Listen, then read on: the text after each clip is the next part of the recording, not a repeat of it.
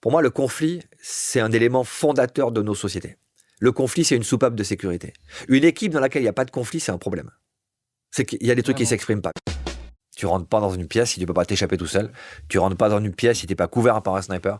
Et tu rentres pas dans une distance trop proche d'un forcené schizophrène en pleine crise. Mais j'ai fait les trois. Tu penses pas à la mort parce que ça fait partie du jeu. Si tu fais ce métier avec la peur de la mort, faut pas le faire. Bonjour à toutes et à tous. Avant de commencer l'épisode, n'oubliez pas de vous abonner à la chaîne pour ne pas louper nos prochaines pauses.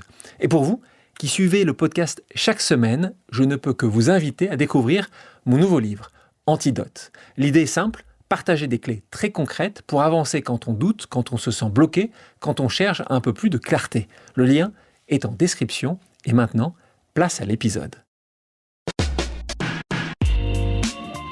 Bonjour à toutes et à tous, je suis Alexandre Mars et vous écoutez Pause, le podcast où on prend le temps. Le temps de comprendre comment rendre l'impossible possible en explorant les parcours exceptionnels de mes invités. Qu'ils soient artistes, chefs d'entreprise, entrepreneurs sportifs ou encore activistes. Résilience, succès, inspiration, ils se dévoilent le temps d'une pause. Soyez les bienvenus. Prise d'otage, forcené, kidnapping, intervention en zone à risque.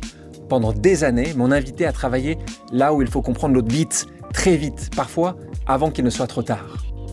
Ancien négociateur du RAID, formé à Scotland Yard puis au FBI, il a contribué à structurer en France la négociation de crise avant d'emmener son expertise bien au-delà du terrain policier, dans les entreprises, les conflits sociaux et les crises internationales. Souvent cité comme l'un des meilleurs négociateurs au monde, sa vie à haute intensité a même inspiré une série américaine. Alors, comment parle-t-on à quelqu'un qui ne veut plus entendre personne ? Qu'est-ce qu'un négociateur voit que les autres ne voient pas ? Qu'est-ce qu'une bonne négociation ? Et comment on la réussit vraiment ? Dans Pause, il nous raconte les coulisses d'un métier hors norme. Bonjour, Laurent Combalbert. Bonjour Alexandre. Comment tu vas ? Écoute, ça va très bien. Je suis très content de faire cette pause avec toi. Alors, quand on parle de négociation, négociateur, c'est souvent un métier assez discret. C'est parfois pas forcément celui qu'on voit en premier. C'est quelqu'un qu'on voit plutôt dans l'ombre. Et toi, tu fais partie de ces gens à qui on va demander des selfies dans la rue. Alors, il y a un truc que je n'ai pas compris. C'était la logique des choses ? Pas du tout. Déjà, c'était pas la logique que je fasse de la négociation. Quand j'ai décidé de rentrer dans la carrière policière, ce que je voulais, c'était l'intervention. Je voulais faire partie d'un groupe d'intervention pour rejoindre les colonnes d'assaut, pour aller sauver des gens, pour casser des portes et aller être le dernier héros qui va le ramener en situation pacifique. Et puis, j'ai découvert la négociation par hasard, grâce à Michel Marie, qui était le premier négociateur du RAID et qui m'a déjà proposé de rejoindre le RAID comme négociateur. Et puis qui m'a montré que ce métier était un vrai métier. Tu parles du métier de négociateur, mais c'est vrai qu'on a mis des années à faire accepter que ce soit un vrai job, un vrai métier. Alors là c'est vrai que entre ça, négociateur discret, à faire des selfies dans la rue, il y a quand même, c'est un peu ce qu'on va partager avec nos auditrices, nos auditeurs, les gens qui nous écoutent, qui nous regardent aujourd'hui. Comment c'est possible qu'aujourd'hui, Laurent, qui a commencé à vouloir être policier quand tu avais 10 ans, c'est ça ? Ouais, c'est toi, ça. Très jeune. Parce que 10 ans, c'est assez étonnant, parce que 10 ans, c'est... Si je vais aujourd'hui dans l'école de mon fils, qui est un peu plus jeune que ça, il y a une majorité qui veulent être policiers, je pense, mais tous ne le gardent pas, cette volonté unique. Toi, ça t'a jamais quitté ? Ça m'a jamais quitté. C'est vrai que je jouais au jardin mais au voleur dans la cour de récréation. On n'avait pas encore les téléphones et les PlayStation et c'était plutôt bien. Et c'est vrai que je jouais toujours le gendarme. Je faisais jamais le voleur. Donc je me suis dit, il y a peut-être un truc là-dedans. Et puis oui, mes parents m'ont toujours dit, si tu as envie de le faire, vas-y. Par contre, il faut le faire bien. Donc donne-toi à fond, donne-toi les moyens pour le faire. Et donc j'ai toujours gardé cette idée de faire ce métier-là. Alors après, ta maman, donc vous venez du Sud-Ouest, ta maman, elle est professeure, venant d'Italie, mais elle termine professeur d'espagnol et de français, c'est incroyable. Et ton papa, qui a commencé une carrière militaire. Oui, tout à fait. Donc il y a quand même peut-être quelques gènes dans tout ça, non ? Oui, il y avait ça. J'avais des pactages de tenue militaire de mon père que je mettais pour aller jouer dans le jardin, évidemment. Je me découpais des fusils en bois pour justement commencer à jouer à ça. Et puis, j'ai eu la chance, comme mon père était militaire, de rencontrer un jeune officier de gendarmerie dans le Sud-Ouest, à Saint-Gaudens, dans le Comminges, en lui disant, je veux faire cette carrière d'aller sauver des gens, aider des gens. Je me tournais un peu vers le GIGN. T'as quel âge à ce moment-là, quand tu vois ? Je sais pas, j'ai 16-17 ans. Le RAID vient juste d'être créé. Le GIGN RAID, encore une fois, RAID c'est la police, GIGN gendarmerie. C'est gendarmerie. Et ce jeune officier gendarmerie a pris 1 heure de son temps, ce qui est pas rien, pour m'expliquer ce que c'était que ce métier, de donner sa vie parfois pour sauver des gens. Et ce jeune officier gendarmerie est devenu le patron du GIGN Il s'appelle Denis Favier, il a été patron du GIGN sur l'assaut de Marignane et il est redevenu patron du GIGN quelques années plus tard. Et je l'ai revu encore une fois à cette occasion. Oui, donc c'était peut-être aussi cette vocation qui m'a été donnée par ces personnes qui ont pris de leur temps pour m'inspirer. Tu merci de mettre en avant ces gens qui ont pris ce temps-là, et on en parle souvent ici, mais c'est essentiel, ces rencontres, ces moments où quelqu'un va prendre 1 heure, et c'est surtout pour toute personne qui nous écoute. Parfois, c'est utile. Prenez 10 minutes, 20 minutes, une demi-heure, 1 heure, pour des gens qui ne savent pas forcément, qui ont des idées, sans savoir. Toi, c'est arrivé 2 fois. On vient de commencer notre discussion déjà 2 fois. Tu remercies en fait Michel Marie d'abord, puis Denis Favier aussi, qui était finalement le premier que j'ai rencontré. Alors, j'avais pas vraiment la compréhension de ce qu'était le GIGN à l'époque. Pour moi, c'était vraiment, ça me faisait rêver. Et j'imaginais pas toutes les missions qu'on pouvait remplir un service comme ça. Mais oui, cette rencontre-là, elle était importante. Et il y a eu plein de rencontres. Je suis en train de réaliser à l'âge que j'ai aujourd'hui que finalement, ces rencontres ont été des game changers assez souvent. Chaque fois. Mais comment, parce que parfois des gens, c'est intéressant, merci de rentrer là-dedans. Il y a des gens parfois qui me disent, mais non, moi ça m'arrivera pas, ou oublions pas, toi t'habitais, on parle de Hilde en Dodon. Oui, Hilde en Dodon, c'est un petit village du sud-ouest. Voilà, c'est au nord de Toulouse, et c'est pas grand. Donc, de nouveau, pour que les gens, où que tu habites, il y a des moments où il y a certaines rencontres qui peuvent être faites, qui peuvent exister, et toi t'as juste été certainement encore plus à l'écoute de ces rencontres-là. Oui, je pense que tu peux rencontrer n'importe qui, n'importe où. Mon petit village d'Île-en-Dodon, où je redescends encore, ma mère habite toujours là-bas. T'avais l'impression que c'était le bout du monde et que la vraie vie, elle était ailleurs. Mais non, les vraies rencontres, elles se font aussi là. Il faut pas fermer les portes. Il faut pas t'imaginer que de toute façon, ça se passera pas. Si tu pars perdant, t'es sûr que tu vas pas gagner. Voilà. Si tu ouvres tes oreilles, si tu ouvres ton esprit et si t'es capable de saisir les opportunités, et une rencontre, c'est une opportunité d'échanger, d'être challengé, de poser des questions. Faut le prendre. Il faut l'attraper. C'est clair. En négociation, on le dit souvent, ne perds pas une opportunité d'aller au contact. Voilà. Dans n'importe quelle négociation, quand la partie adverse vient te voir, même si t'es pas prêt, vas-y, va au contact, en bilatéral, en social, sur une négociation de crise, quand il décroche son téléphone et qu'il veut parler à quelqu'un, prends le téléphone. Tu auras toujours une opportunité d'avoir des infos. Et dans la vie, c'est pareil. Chaque rencontre peut t'amener une discussion qui va changer ta vie.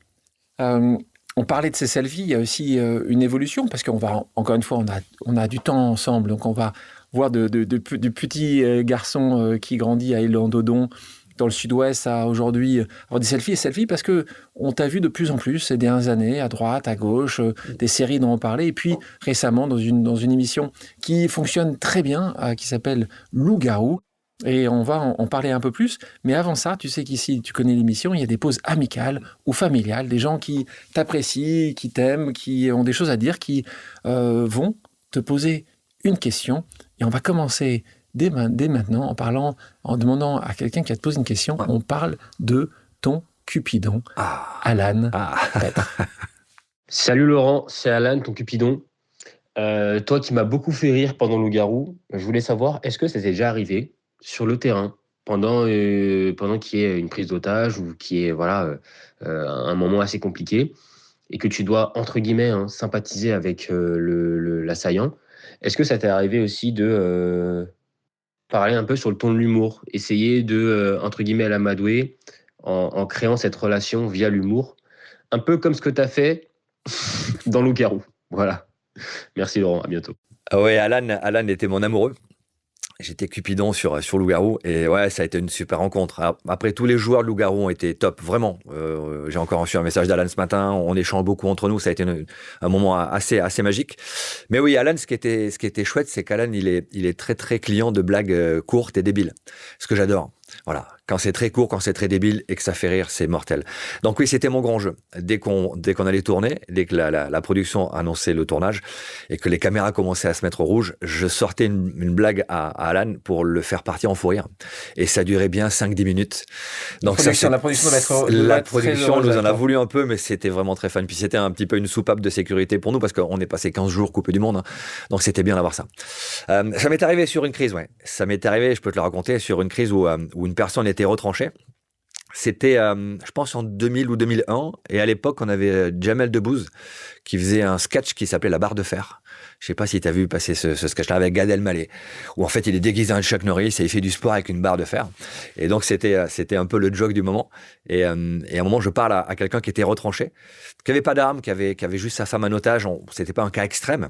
Et je lui dis, voilà, on envisage de venir parler avec vous, je vais parler avec vous derrière la porte. L'idéal, ce serait que vous puissiez ouvrir cette porte, qu'on puisse se voir les yeux dans les yeux, ce sera plus simple. » Il me dit « Mais écoutez, d'accord, je vais enlever ce que j'ai mis derrière la porte, j'ai mis une barre de fer. » Et là, quand il dit ça, je regarde le psychologue de Red de l'époque, Christophe, et on commence à avoir un sourire. Et puis je sens qu'en face, il y a un petit truc, et je lui dis « La barre de fer ?» Et j'entends que le gars qui ricane. Et donc, je me dis qu'il accroche sur le truc. Voilà. Et ça, tout d'un coup, ça réhumanise le contact, quoi. Tu dis, voilà, allez, le truc est dramatique, vous êtes retranchés, la police est arrivée, on a appelé la Red, mais voyez, on peut même se marrer entre nous, on peut même être sur quelque chose auquel on ne s'entendait pas. Et en fait, donc là, tu te souviens, qu'est-ce que tu dis à ce moment-là? Rien, en fait, je sens qu'il est en train de se détendre. Je dis, voilà, écoutez, si vous êtes d'accord, vous allez enlever cette barre de fer, et puis on va se parler les yeux dans les yeux, ça vous va? Et il me dit, allez, d'accord, je l'enlève. Et là, j'entends que le bruit de la porte tu sais que c'est gagné, la porte. Je sais qu'on est déjà au contact face à face, qu'il a accepté une première concession. C'est pas mal. Et donc, il est sorti dans les minutes qu'on suivit. Dans les minutes qu'on suivit. Donc là, tu te retrouves, revenons à cette main. Donc là, il a sa femme en otage donc là, il sans la retient, elle est pas vraiment otage parce qu'elle pourrait partir, mais elle le fait pas. Mais tu sais qu'elle est pas libre de ses mouvements. Voilà. Et il y a toi, une contrainte psychologique. Tu sais pas s'il a une arme ou pas à ce moment-là. On doute toujours. Quand on appelle le raid, c'est qu'il y a potentiellement un risque. Voilà. Donc on est quand même toujours en attente. Il y a la colonne d'assaut qui est devant la porte et qui va le récupérer. Moi, je le vois au visuel, il sort, je lui fais montre tes mains, approche-toi de moi.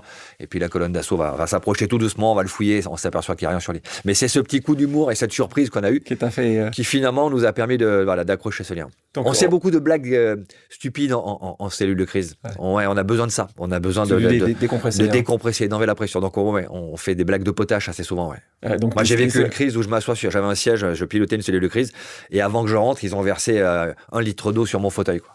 Donc, c'est un gros coussin et quand tu t'assois, tu tombes dans le truc, voilà, t'es trempé, t'es en gestion de crise, tu vois 3-4 visages qui se mettent à se marrer parce qu'ils ont compris. Allez, c'est bon, on continue, c'est parti. Si on peut se permettre de faire ça, c'est que voilà, on peut relativiser les enjeux. Donc on est très sérieux sans se prendre au sérieux. On va rentrer évidemment dans ces sujets. Juste un message pour Alan. Alan qui est un jeune, alors on l'a vu sur Loup-Garou, on va en parler 2 minutes de Loup-Garou. Alan, pour le connaître assez bien, parce qu'il fait partie d'une organisation que j'ai montée, que je dirige, qui s'appelle Infinite, qui est la capacité de financer les jeunes les plus brillants de France et de leur financer une partie de leurs études.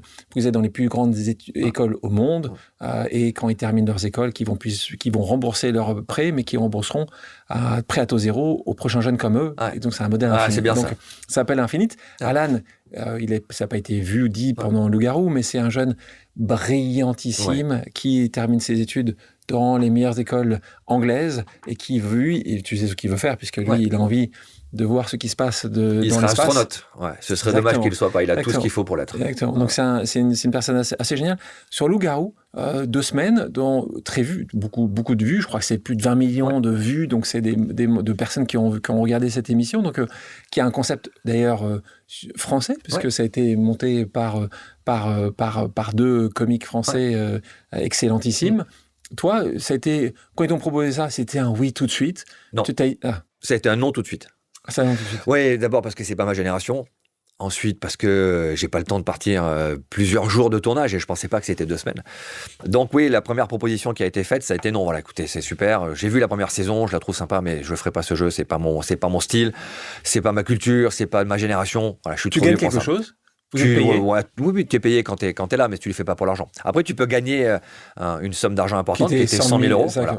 Mais moi, j'ai une association qui s'appelle Don de Confiance, où on accompagne des collégiens en perte de confiance en eux. Et on avait prévu, si on avait gagné, de donner cet argent à Don de Confiance. Donc, tu ne fais pas ça pour l'argent. Mais au début, j'ai dit non. La casteuse était super, très sympa. Elle m'a rappelé. Et puis, j'ai des enfants qui m'ont dit « Attends, mais l'émission, elle est quand même canon, elle est super, tu devrais la faire. » J'ai dit allez, chiche, on y va. Donc je me suis laissé convaincre de participer à l'émission. T'as bien fait de te laisser convaincre? J'ai bien fait, oui. Oui, je regrette pas. Après, je regrette jamais, mais là, je regrette pas, non. Oui, c'est ça. Toi, tu regrettes jamais. Non, il faut pas regretter. Tu prends une décision, sauf que si t'es contraint avec un flingue sur la tempe, ce qui n'est pas le cas. Si ta décision, tu l'as prise en conscience, ne la regrette pas. Qu'est-ce qui aurait pu être mieux, selon toi? Sur le jeu? Ouais. Après, c'est toujours facile de refaire le match. Non, mais c'était bien. Ce qui était bien, c'était que c'était vraiment une surprise. Tu es coupé du monde pendant 2 semaines, vraiment. T'as pas de téléphone, t'as pas de montre, t'as pas d'ordinateur. Tu rencontres des gens qui sont assez extraordinaires, Alan en étant. Et il y avait d'autres joueurs qui étaient assez géniaux. Enfin, on a tous vraiment beaucoup apprécié se retrouver. Et tu crées une coalition, en fait. parce que tu as 15 joueurs qui sont contre tout le reste du monde. La production, les gens qui filment, les gens qui te disent stop, on arrête de parler, t'as pas le droit de parler du jeu quand t'es pas filmé. Donc oui, la production a eu beaucoup de courage d'enfermer dans un lieu clos 15 personnes avec des esprits un peu forts. Et on a fait une très belle équipe. Ouais. On s'est vraiment marré. Ça se voit à la prod, je pense que ça se sent. Mr V qui fait les commentaires, il est génial parce que il a capté. Qui est pas là. Non, il fait les commentaires après. Et là, ils sont là où ils passent nous voir régulièrement. Ouais. Okay, mais ouais, il a su capter l'état d'esprit. On s'est vraiment marré. Ouais. Alors il y a eu des moments de tension. Attention, c'est un jeu. Tu peux faire confiance à personne. C'est quand même difficile. Moi, je suis tombé, tu l'as dit, sur une carte compliquée, Cupidon. Il fallait que je choisisse un amoureux. J'ai hésité, mais j'ai choisi Alan parce que je pensais qu'il était loup. Et il se trouve que j'avais raison. Mais oui, c'était une expérience sympa. C'est une belle histoire. Il ne faut pas le changer. Ouais, c'était super. Si vous êtes casté pour aller faire Loup-garou, acceptez, vous allez vous marrer. Vous allez vous marrer. Ouais. En parlant de cinéma ou de séries, beaucoup de séries ont été créées ou de films qui ont été produits sur ce sujet de négociation. Toi, est-ce qu'il y en a un où tu dis c'est pas loin de la vérité, où tu trouves que tout... Je te donne un exemple qui va te faire sourire.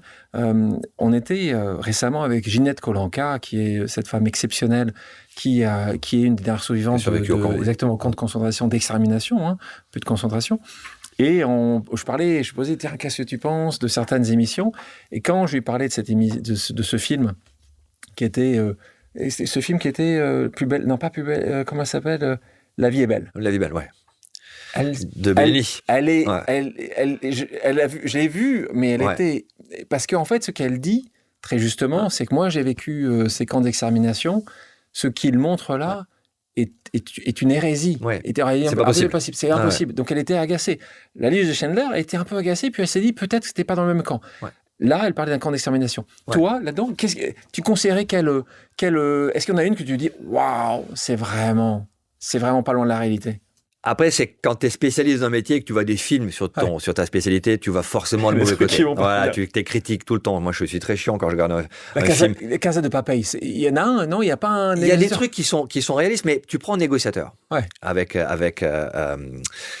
Samuel Jackson et Kevin Spacey. Le film est assez réaliste. Et d'ailleurs, le conseiller technique du film, qui s'appelait Charlie Brougham, qui était le chef des négociateurs du HBT de Chicago, je l'ai fait venir en 99 en France. Je l'ai fait venir au RAID, en lui disant, voilà, le film est sorti en 98 en France, j'ai adoré ce film, j'ai vu que c'était lui le conseiller technique, c'était le début d'Internet, on s'est contacté, il est venu nous expliquer, il nous dit, oui, c'est assez crédible par rapport au scénario que j'ai pu donner. Donc oui, il y a des éléments que tu peux aller chercher. Non, moi, mon film préféré sur la négo, c'est Inside Man. Ah, Spike Lee. Inside Man, où tu vois un négociateur Denzel Washington qui va négocier avec un gars qui est retranché dans une banque. Et la négo, elle est dingue. Mais est-ce qu'elle pourrait exister? C'est bien sûr, bien sûr. Non, c'est crédible. C'est crédible. C'est la négo que tu aimerais bien faire. Tomber face à un preneur d'otages intelligent qui a pensé 3 coups d'avance et essayer d'avoir le petit coup d'avance sur lui. Ah, ça, c'est un jeu, en fait. Mais ouais, il vaut mieux négocier avec quelqu'un d'intelligent. Ouais. Il vaut mieux jouer un match de tennis avec quelqu'un qui sait jouer au tennis. Donc, Inside Man de Spike Lee. Inside Man, c'est un super film. Okay, donc la musique est top, le film est super. Bon, voilà les conseils. Ouais. On revient justement à toi qui grandis avec cette volonté, cette image. Tu sais quand même ce qui te pousse à vouloir faire ça aussi jeune? Est-ce qu'il y a un moment, souvent dans nos directions à toutes et à tous, ça peut être un trauma, ça peut être quelque chose de spécifique, ça peut être quelque chose qui fait que notre direction elle est tracée. Toi, tu l'as défini ou c'est jamais? Le côté héroïque, je pense. C'est le côté héroïque. Ouais, le fait de se dire on va sauver des gens. Mais ça vient c'est génial. Ça venait des films, ça venait des livres que je lisais. Je lisais la collection Le Club des 5. Ouais. Voilà, où je lisais un livre aussi, je me rappelle plus le nom, c'était un jeune détective.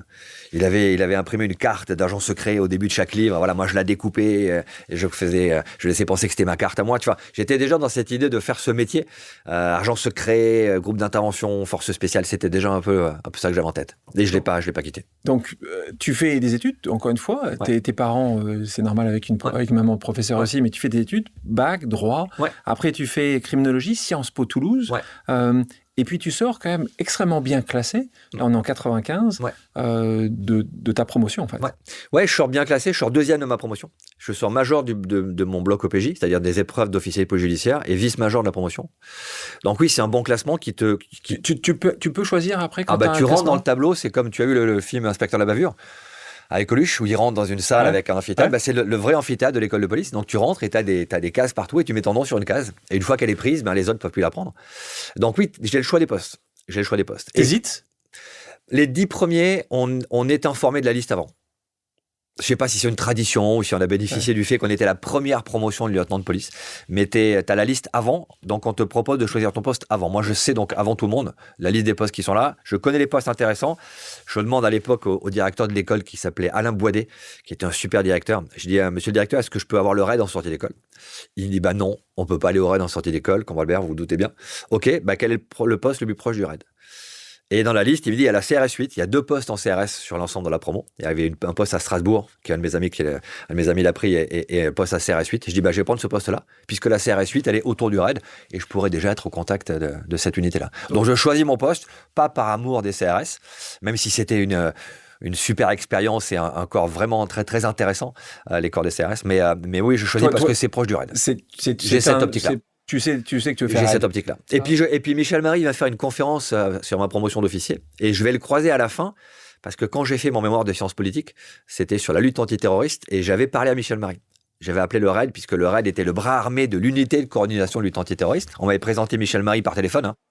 Et donc, il m'a dit, voilà, écoute, je m'appelle Michel, voilà ce que je fais. Il m'a donné des éléments pour ma mémoire. Et quand il va faire la conférence à Canet-Cluse, à l'école d'officier, à la fin, je vais le voir. Eh bien sûr, je me rappelle de toi, je te laisse ma carte, appelle-moi si tu as besoin. Donc, quand je prends la CRS 8, j'appelle Michel Marie pour dire, voilà, écoute, je vais venir pas loin, quoi. Et donc, on commence à créer la relation comme ça, mais pas du tout parce que j'ai envie d'être négociateur. Revenons sur ces 3 années, parce que tu vas passer, ça va être court, ton temps à CRS 8, parce que là, tu parles de CRS 8 comme si c'était quelque chose de connu par toute personne qui nous écoute. Tu peux nous préciser pourquoi la CRS 8 a été une entité nouvelle, pourquoi ça a été créé, à quoi ça répondait. La CRS 8, c'était à l'époque la compagnie pilote des CRS, c'est comme ça qu'elle était désignée, c'est-à-dire une compagnie où on voulait faire changer un peu le mode de fonctionnement. D'abord, c'est une compagnie parisienne. Donc les compagnies de province sont plutôt des compagnies avec des collègues qui sont retournés chez eux en province et qui utilisent le système de déplacement pour avoir une planification de leur vie personnelle. Voilà, tu sais que tu pars en déplacement un mois, tu sais que tu es neutralisé pendant 3 semaines et tu peux organiser ton temps de vie. Donc c'est un confort de vie plus stable. Une compagnie parisienne, elle est sollicitée au coup de sifflet, donc sur des missions beaucoup plus ponctuelles. Et généralement, elle est d'ailleurs composée de gens plus jeunes qui sortent d'école et qui ont d'abord les compagnies parisiennes avant d'aller en province. La CRS 8, parmi les compagnies parisiennes, elle est un peu vue comme le fer de lance des CRS. On veut intégrer dans cette unité une logique de rapidité, d'agilité. Donc, quand j'arrive et que je rencontre le commandant de la CRS 8, en lui disant que je vais choisir ce poste, j'y vais le voir 3 jours avant le classement, je vais choisir ce poste, je sais que le major de promo veut partir en police judiciaire, donc il ne veut pas les CRS. Il me dit, écoutez, la CRS 8, on a un projet justement de section protection-intervention, de mobiliser ces unités-là. Si vous venez comme jeune officier, vous aurez un peu de boulot pour faire ça. Et le challenge me plaît assez rapidement. Donc là, il faut bien comprendre, tu es tout jeune. Ouais. Et rapidement, tu vas devoir gérer... J'ai 25 ans quand j'arrive. Tu vas gérer des gens qui sont plus âgés que toi. Tous, pratiquement. Tous. Ouais. Et c'est toi qui vas devoir, parce que quand tu sors aussi bien positionné d'une école d'officier, c'est toi qui vas rapidement devoir les manager, les gérer. Alors, tu dois les manager parce que tu es l'officier. Donc, j'étais un bon chef, mais un mauvais leader. Bon chef parce que j'utilisais mon galon de chef, j'étais officier, et en CRS, l'officier, il a un vrai rôle hiérarchique. Un mauvais leader parce que j'étais jeune, parce que j'avais pas d'expérience, parce que je pensais que j'étais un champion du monde. Quand tu sors vice-major de ta promo et qu'on te dit que tu fais partie des meilleurs, tu le crois. Ce qui est pas vrai, évidemment. Donc oui, j'ai pris quelques claques au début en termes de management d'équipe. On m'a pas parlé une seule heure de management quand j'étais à l'école d'officier. Ouais. Empathie, écoute, relation, ça n'existait pas. J'espère, je pense que c'est le cas. Mais si c'est pas le cas, ce serait utile de le faire. Tu te souviens de ta première claque ? Ma première claque, c'est... je donne des instructions qui théoriquement tiennent la route, mais pratiquement, ça marche pas. Genre, c'était quoi ? C'était sur un dispositif au Parc des Princes, et je dis, voilà, il faudrait qu'on s'organise comme ça, comme ça, comme ça et comme ça. Et puis je vois mes chefs de section qui me regardent, qui n'osent pas dire non parce que je suis quand même l'officier, mais je sens que ça marche pas, quoi. Donc j'ai des adjoints qui, eux, sont responsables de la conduite de chaque section, et je les fais venir, je dis, bon, il y a un truc qui va pas. Ils me disent, ouais, lieutenant, bon, voilà, votre idée, c'est pas le meilleur truc qu'on pourrait faire.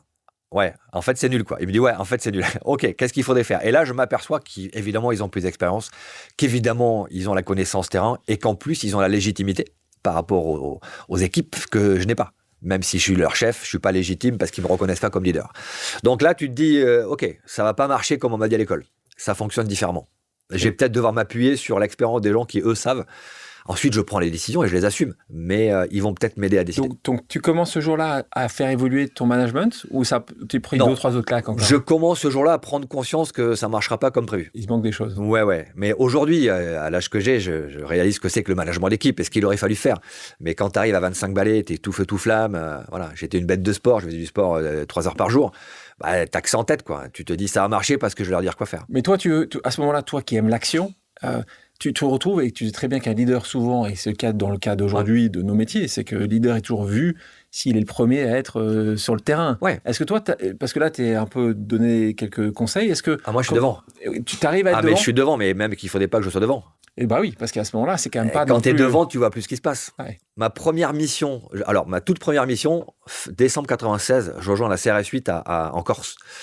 Puisqu'elle est en déplacement, l'affectation, à l'époque, il y en a les attentats de 95 qui ont quand même un peu ébranlé la France. Et donc, tu vois, il y a Khaled Kelkal qui est recherché par la police. Je suis pas certain qu'il ait été arrêté à ce moment-là, déjà, peut-être. Mais en tout cas, il y a une ambiance terroriste particulière. Ma promotion d'officier est libérée plus tôt que prévu pour rejoindre les services de police. On est 700 officiers pour aller alimenter les services de police. Et donc, je rejoins ma compagnie en Corse. Donc, quand j'arrive, je découvre le capitaine qui est là, qui est un vieux capitaine Serdan, qui était un super capitaine. Il me fait découvrir un peu ce que c'est que le fonctionnement d'une compagnie, comment ça marche, mais je découvre.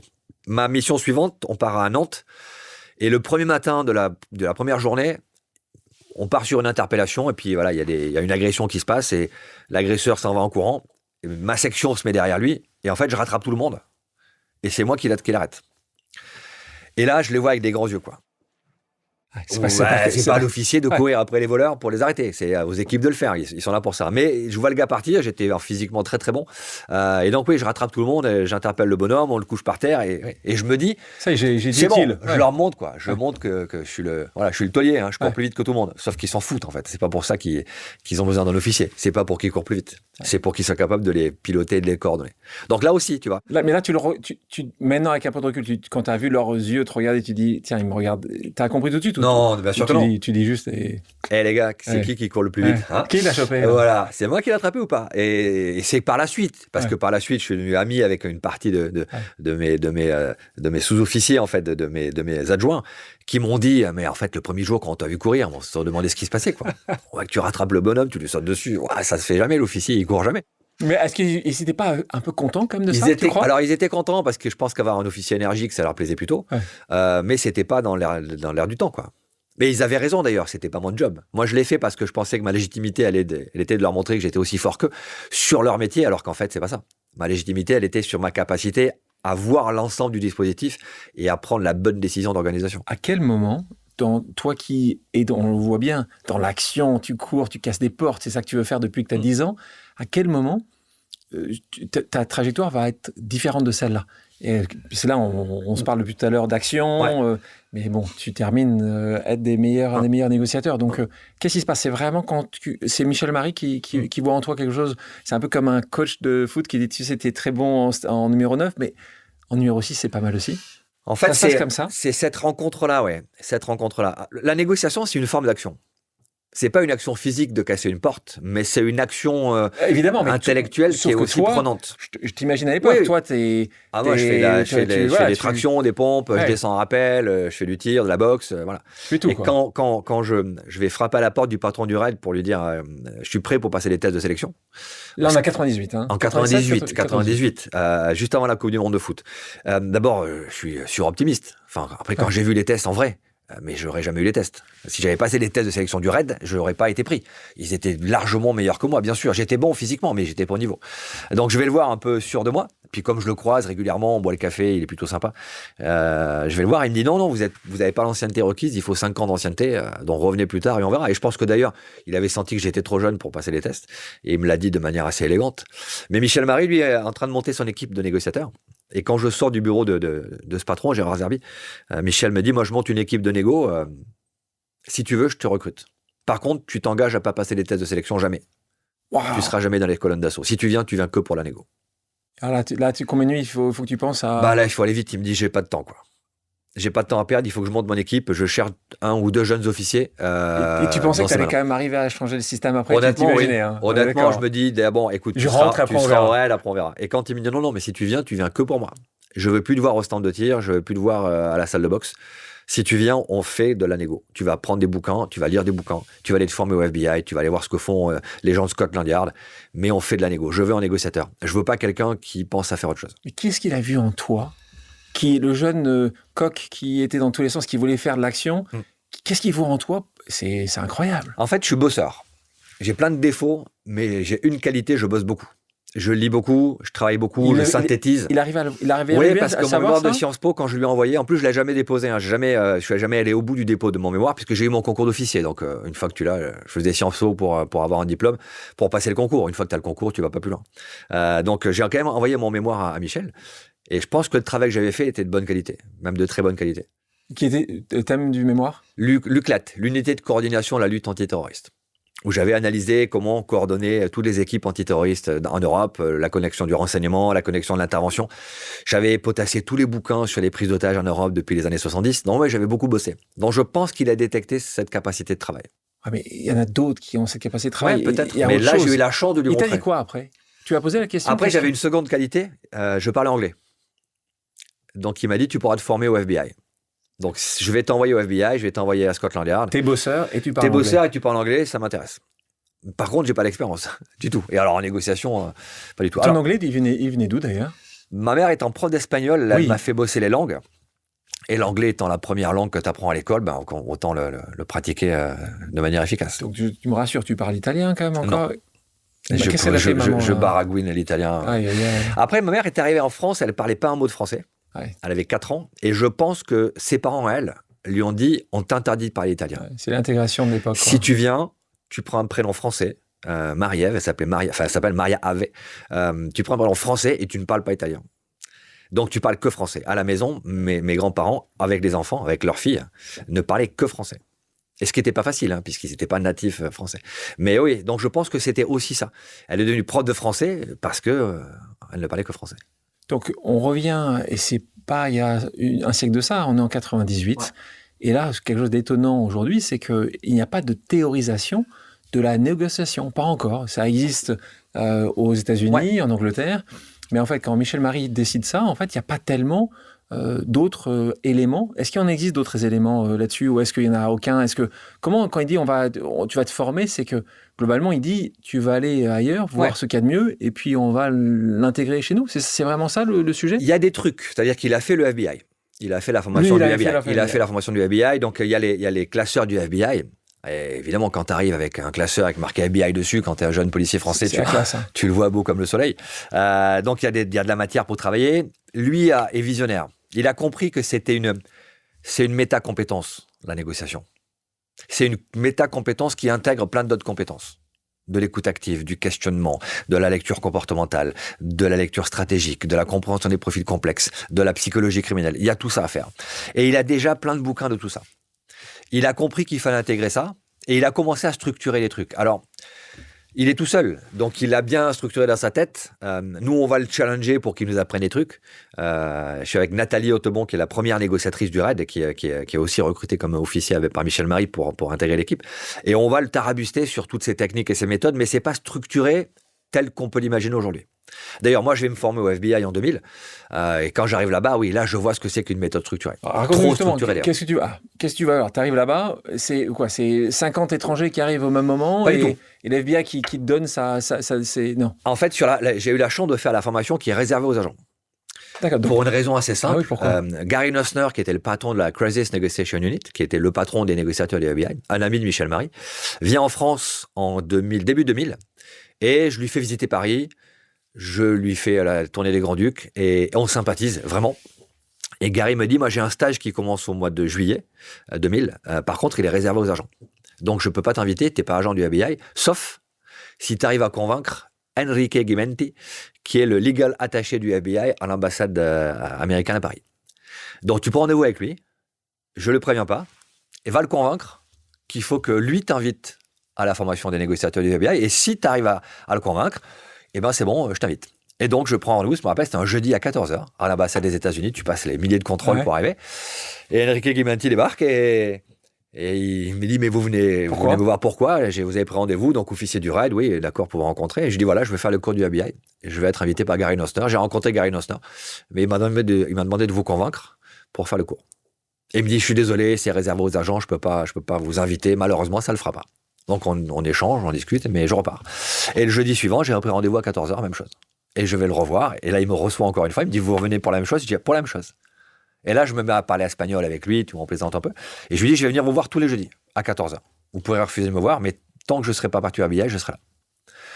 Donc, ça l'a fait marrer.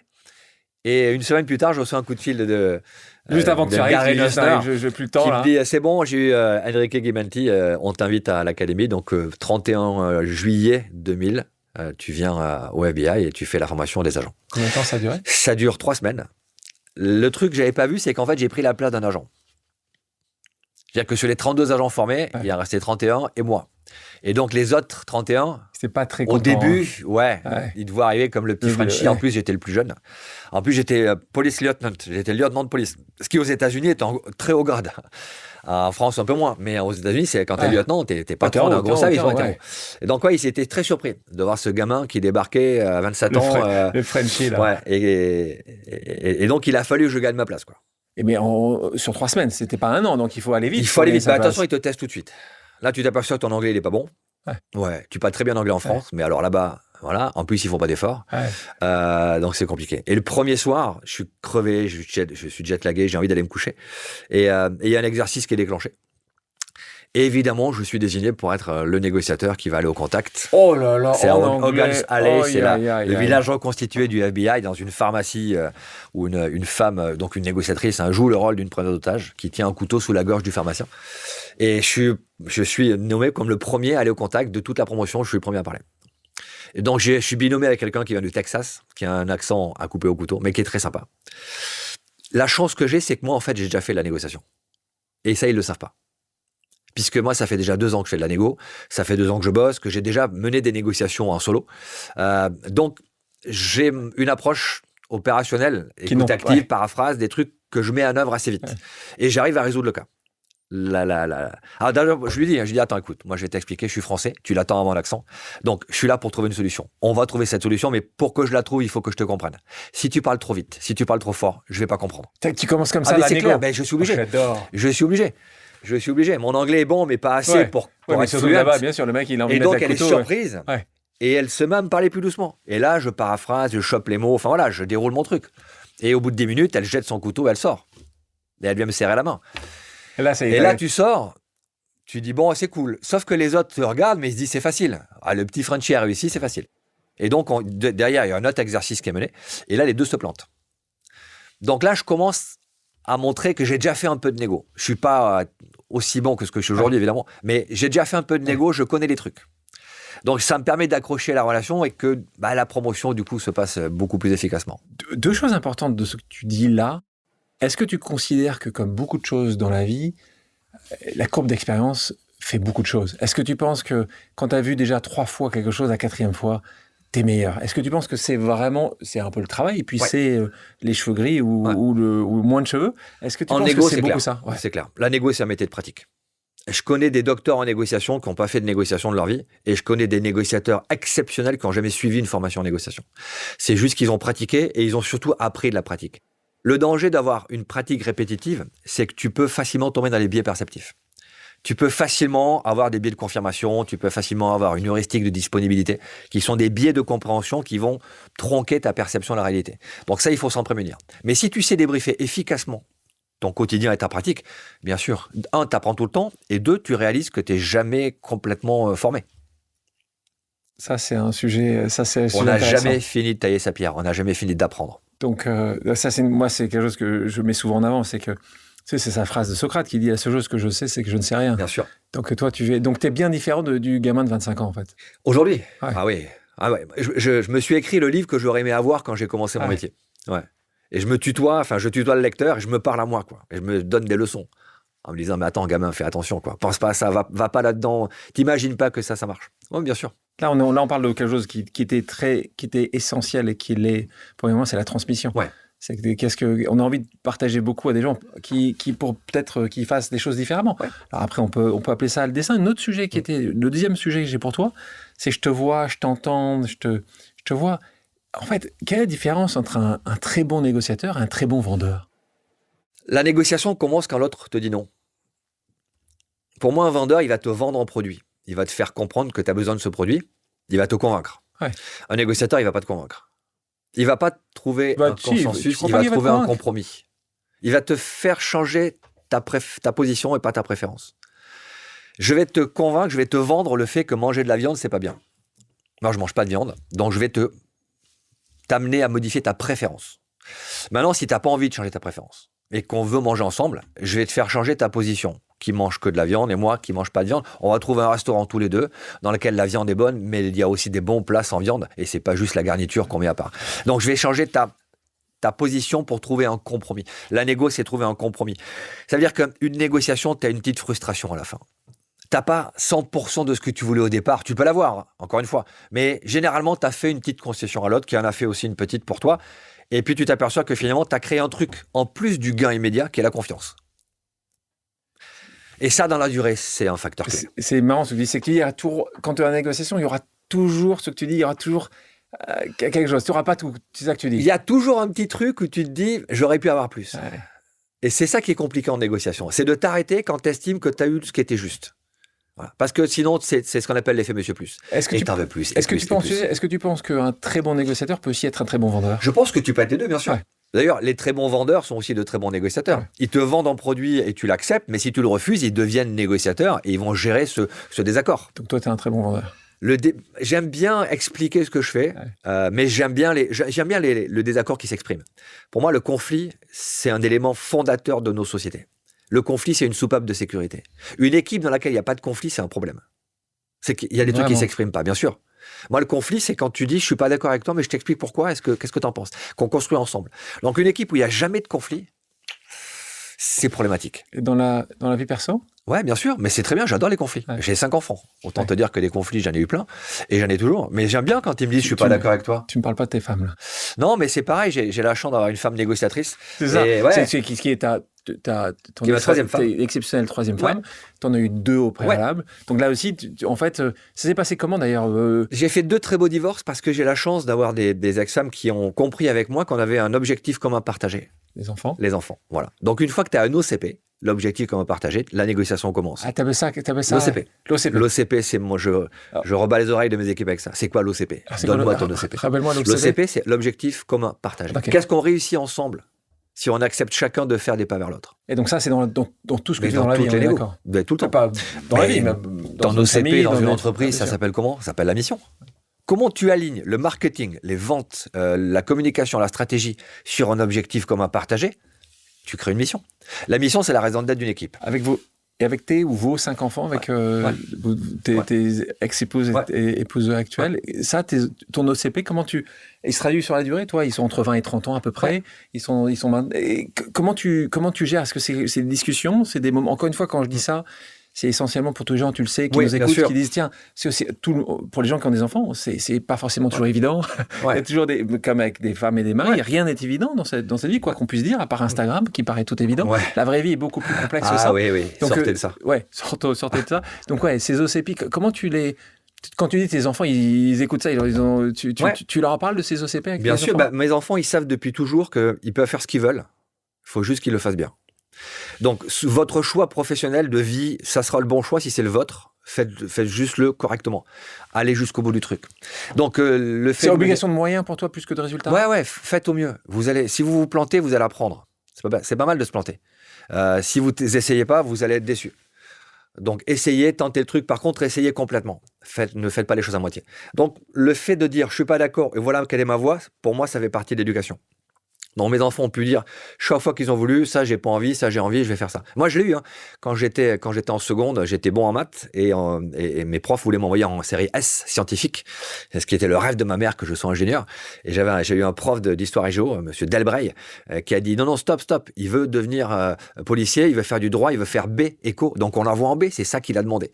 Donc oui, le fait de dire je suis pas d'accord, pour moi ça fait partie du jeu. Mes enfants savent depuis toujours qu'ils peuvent dire ça. Par contre, il faut qu'ils étayent.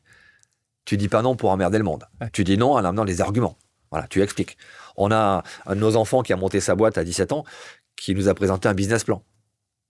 Il a dit, je veux quitter l'école, j'ai mon bac pro, je veux quitter l'école. Ok, mais présente-toi un projet. Ok, je vous présente un business plan. Et il a étayé son truc.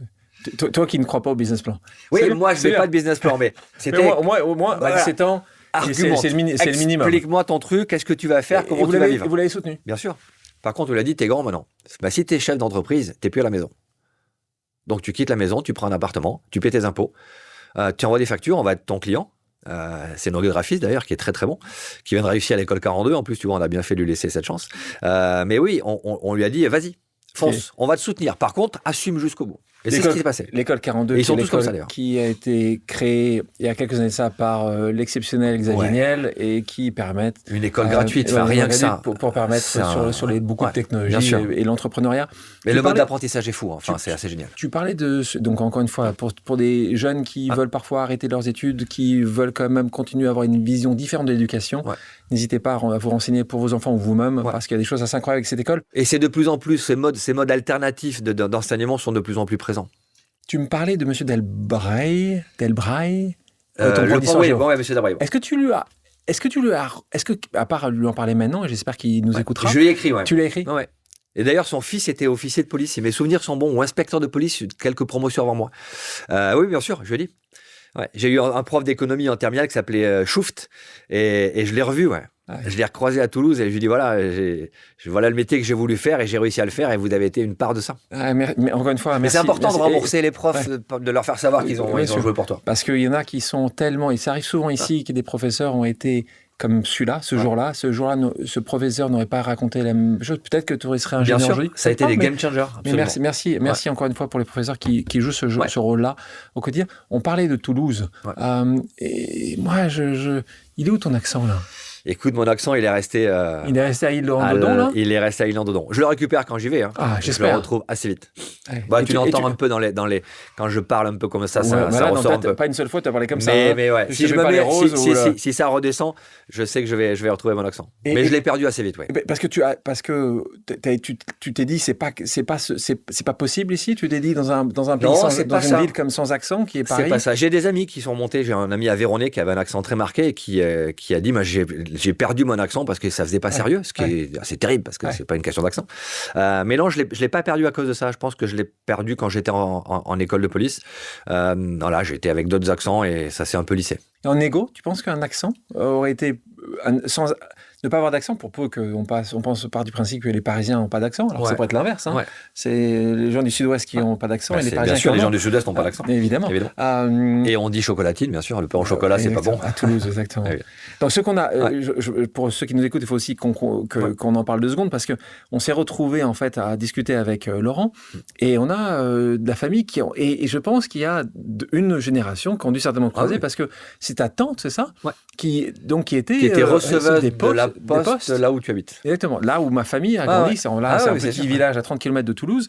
Et donc, c'est quand même génial.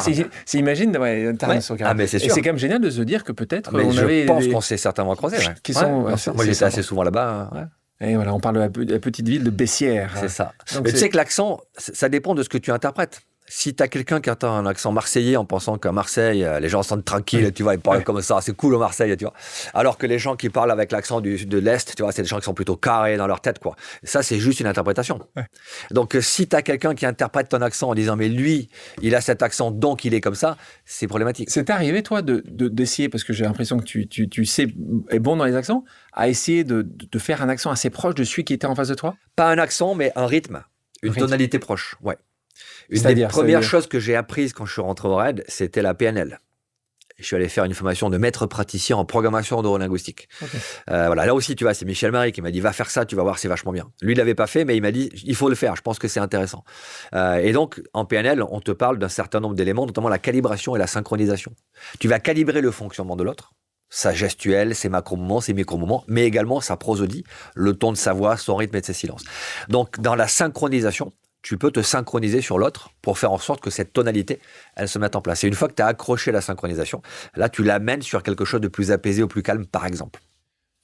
Dans Pause, on aime bien aussi montrer ce que les gens ne voient pas forcément, donc leur montrer un peu les dessous d'une activité, Toi, comment ça se passe d'une manière très concrète quand il y a un forcené dans ces années du raid où on t'appelle et ça se passe? C'est tout de suite au début, tu dois être sur site parce qu'on ne sait jamais, c'est quelques temps après, tu te déplaces très souvent, on n'a pas besoin de toi. Raconte-nous un peu comment ça se passe. C'est un peu tout ça. Tu as des situations où tu es appelé, quand tu arrives au service, c'est réglé. C'est à travers la France. C'est dans la France entière, oui. Ok, donc là, toi, tu es basé où à ce moment-là? Tu es basé à Bièvre. Tu es basé à Bièvre, le raid, dans c'est 78, toujours, dans le 91. 91, ouais, c'est limite. Excuse-moi. Et donc, tu as la base centrale du raid. Donc maintenant, c'est la base centrale parce qu'il y a des antennes raid qui ont été n'existaient pas à créées, l'époque. Hein. Qui étaient les GIPN, les groupes d'intervention de la police nationale, qui est d'ailleurs le premier groupe d'intervention créé en France. 15 jours après la prise d'otage de Munich en 72, les GIPN sont créés en France. Ces groupes-là sont devenus des antennes du raid. Mais à l'époque, le raid est basé uniquement à Bièvre et on t'appelle pour partir partout en France.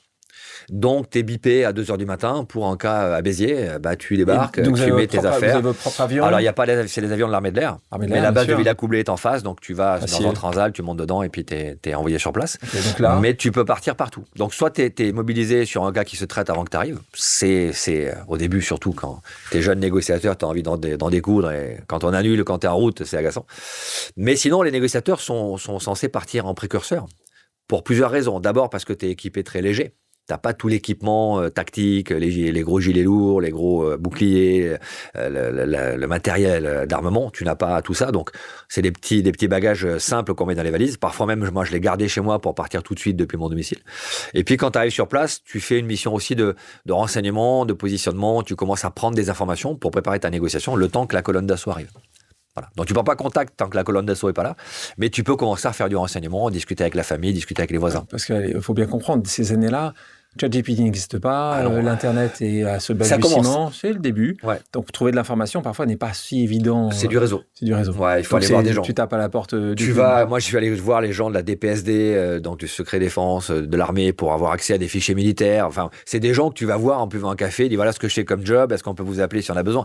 C'est que du réseau comme ça. Oui, ça marche qu'au bouche à oreille. Et donc là, reprenons cet exemple où on t'envoie auprès de ce forcené, t'es parti à 2h du matin, t'es bipé, t'arrives là-bas juste après. Comment ça se passe là? Donc, raconte-nous, c'est vraiment, t'appelles sur le téléphone qu'on t'a, tu tapes à la porte? Ça dépend du moyen que tu as. Le moyen de contact le plus safe, c'est le téléphone, évidemment. Alors, le mégaphone, on ne fait pas, hein.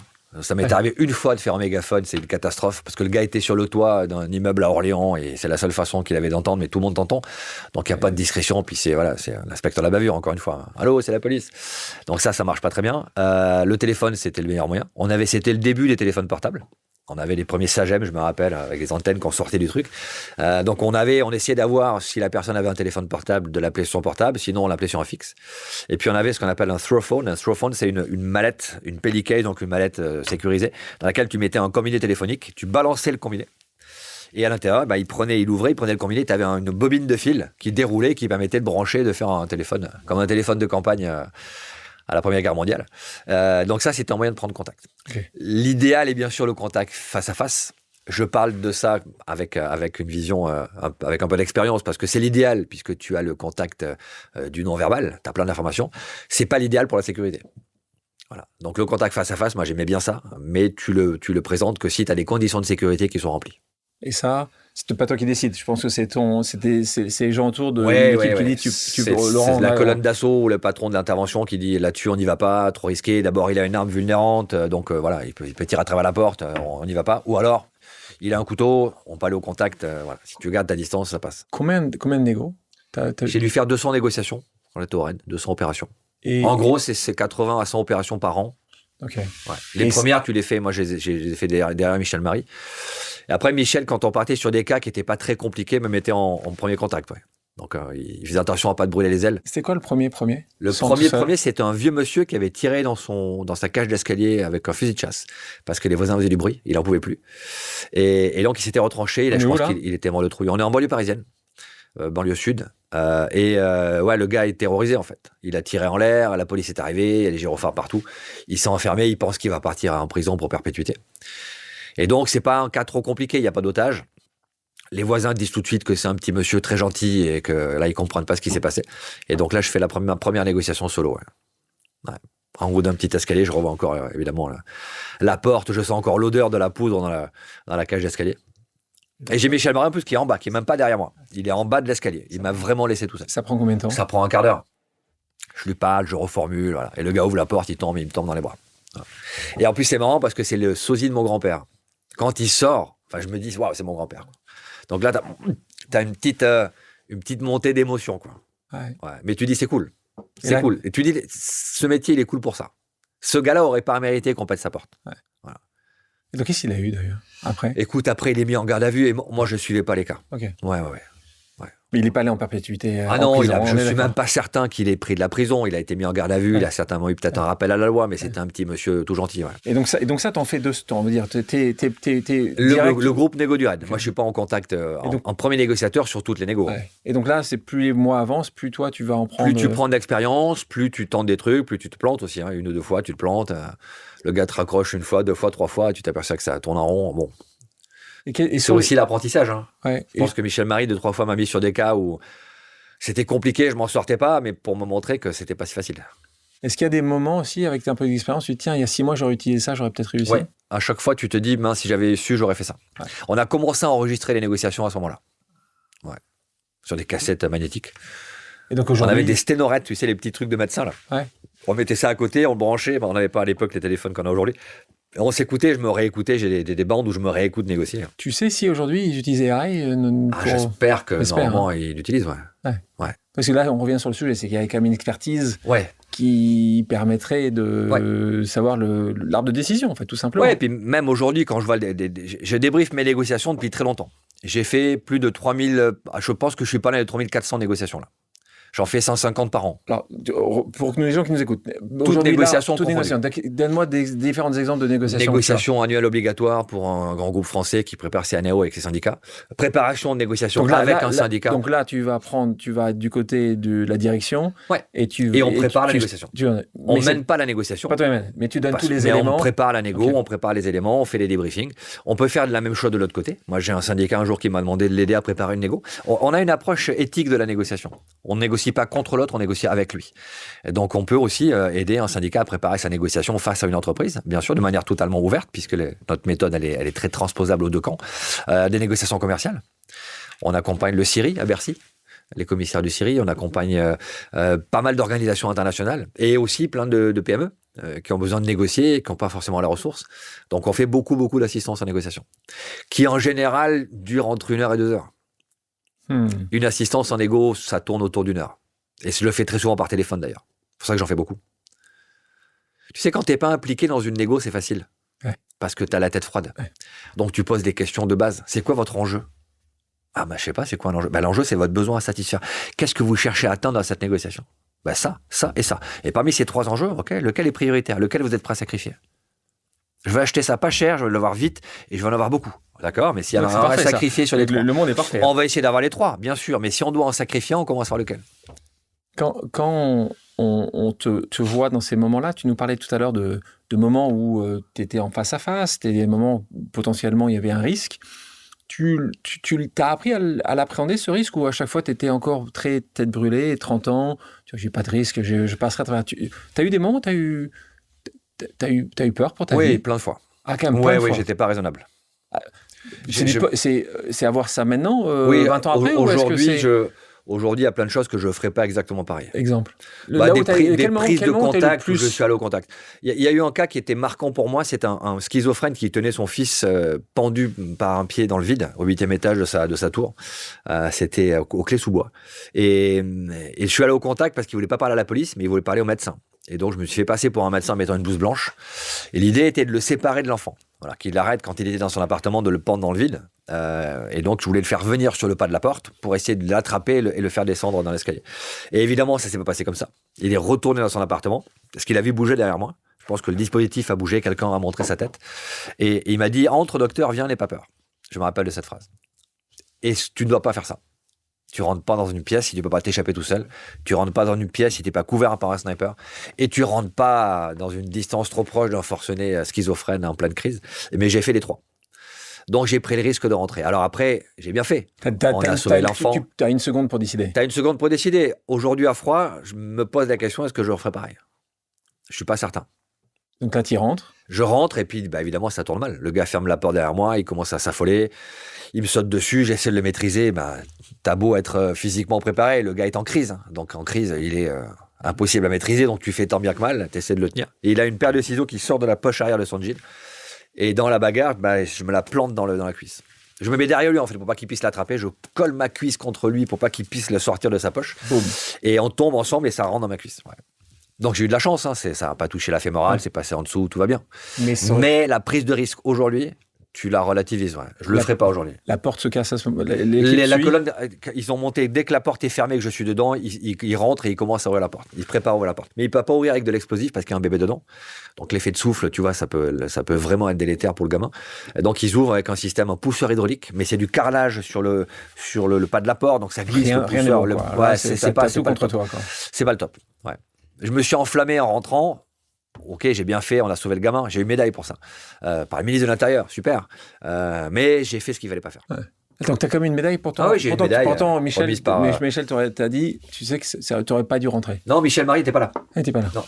Michel Marie n'était pas là. Mais dont ton supérieur aurait pu te dire, c'est pas. Si on avait eu le temps de réfléchir, il m'aurait dit surtout, vous rentrez pas. Ouais. Et ils auraient eu raison. Et quand tu vois à ce moment-là un forcené qui a une force démultipliée par justement le fait qu'il soit dans une crise, tu penses à la mort ? Tu penses pas à la mort parce que ça fait partie du jeu. Si tu fais ce métier avec la peur de la mort, faut pas le faire. La mort fait partie de la vie. Et si tu choisis un métier où tu vas risquer ta vie pour sauver quelqu'un, tu peux pas te poser la question quand tu vas rentrer. Je pense, hein, encore une fois, j'ai pas la science infuse et c'est ma vision des choses. Mais pour moi, la mort n'est qu'une étape de la vie. Donc j'ai pas peur de la mort, du tout.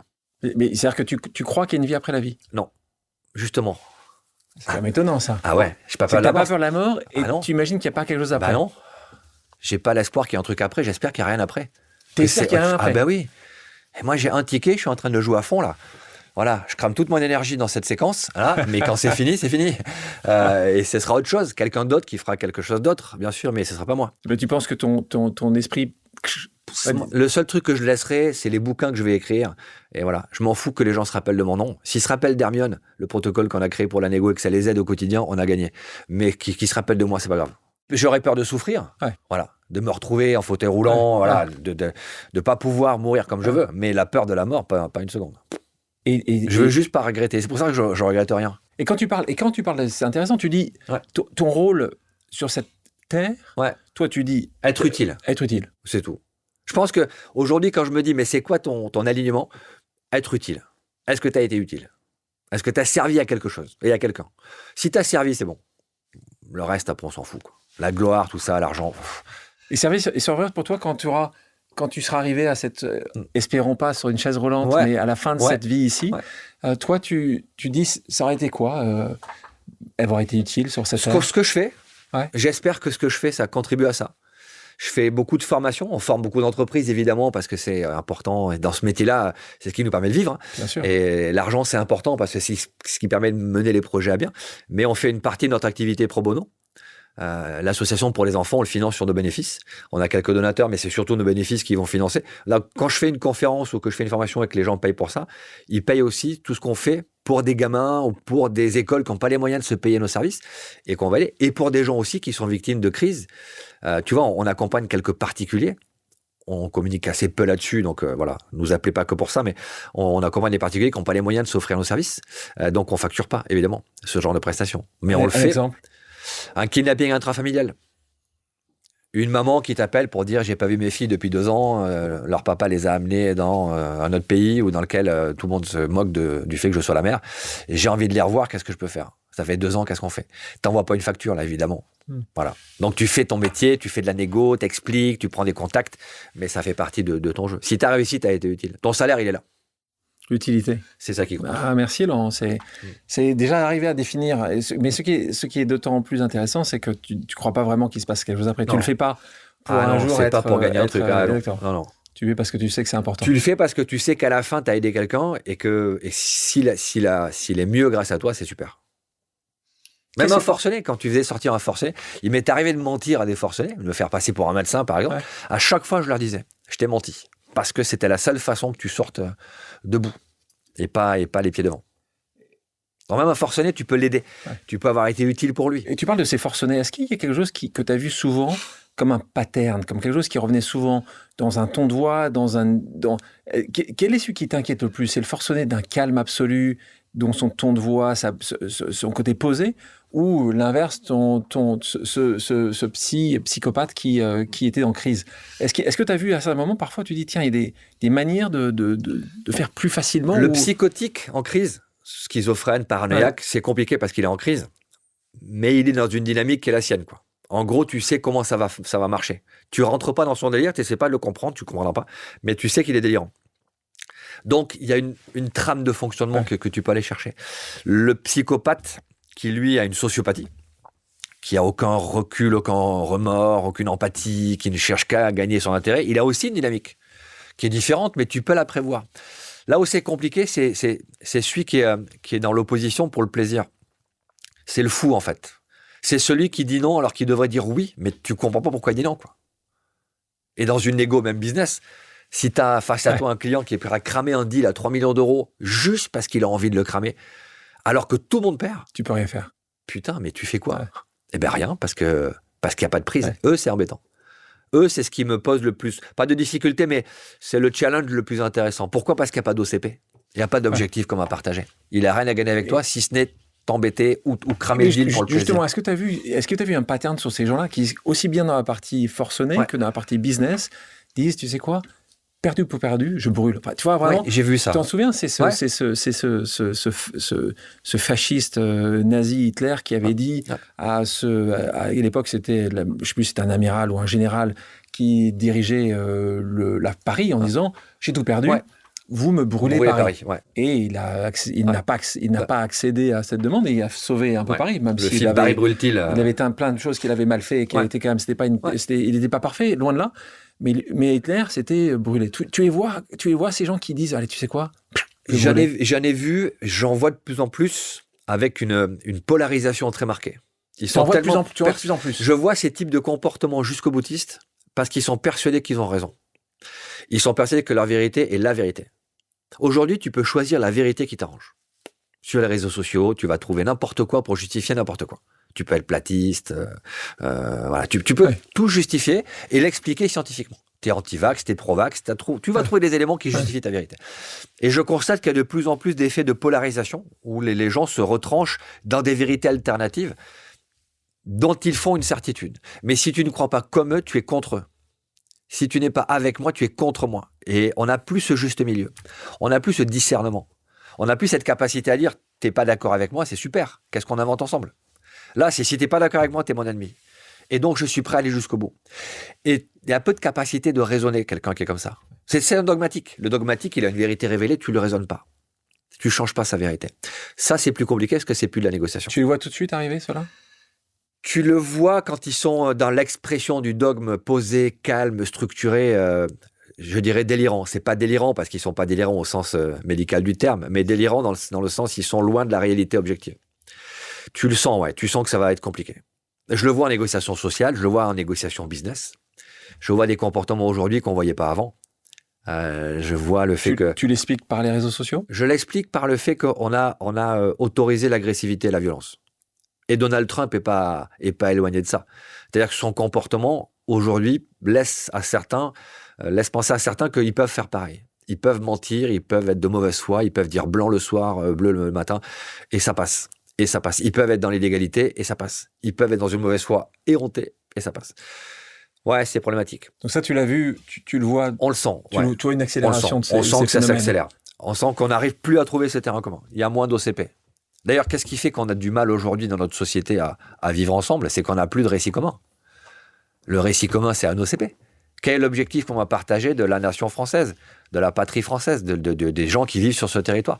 Est-ce qu'on a une histoire commune à se raconter? Est-ce qu'on croit tous à cette histoire?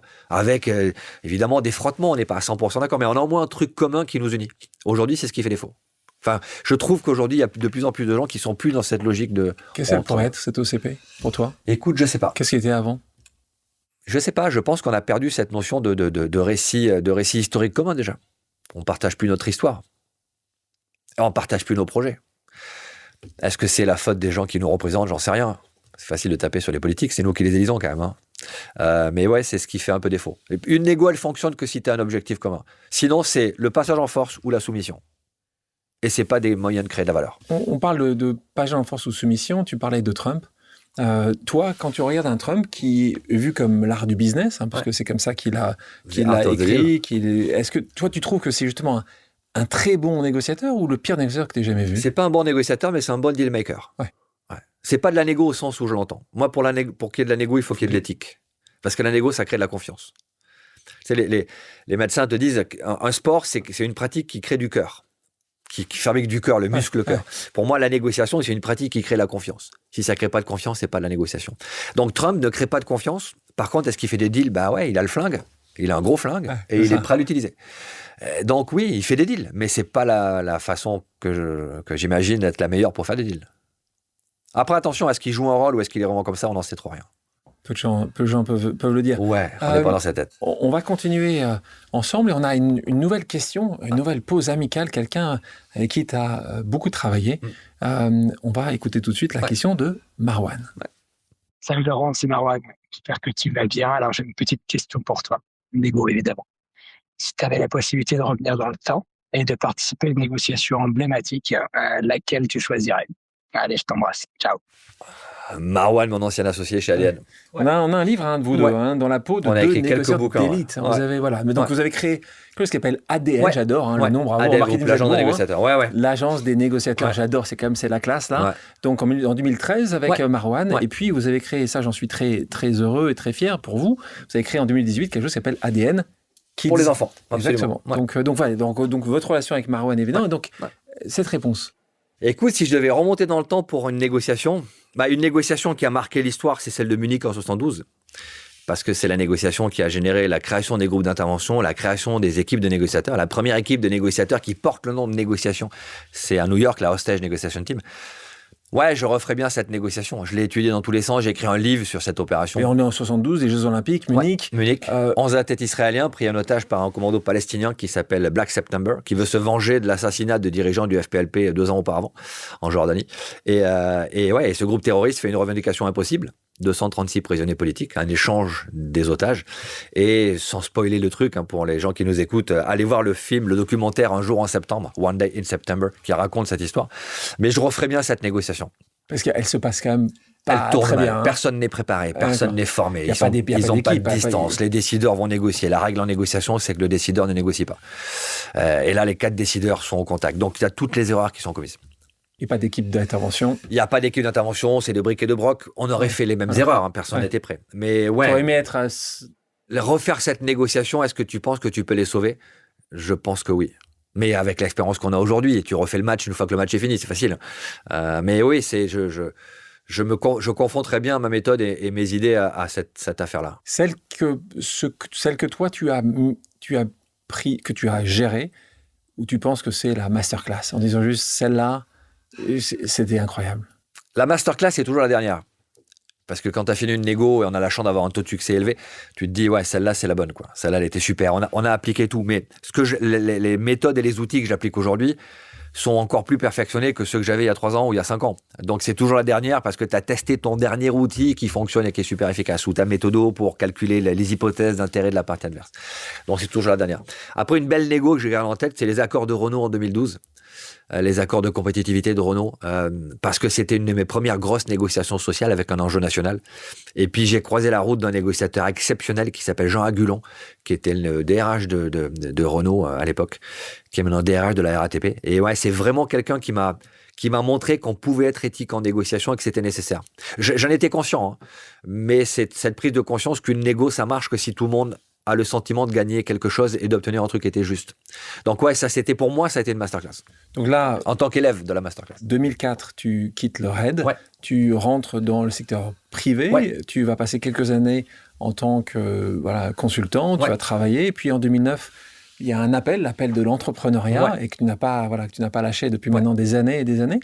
Ça m'intéresse quand même. Toi qui as grandi dans l'amour du service public, l'amour fils de fonctionnaire, des deux côtés.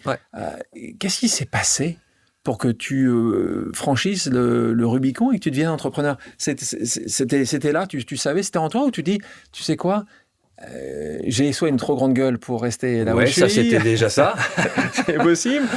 Qu'est-ce qui te motive à monter ta propre histoire? En fait, quand je suis dans l'administration, j'ai des idées, mais c'est compliqué. Quand tu as des idées avant tes chefs, c'est compliqué.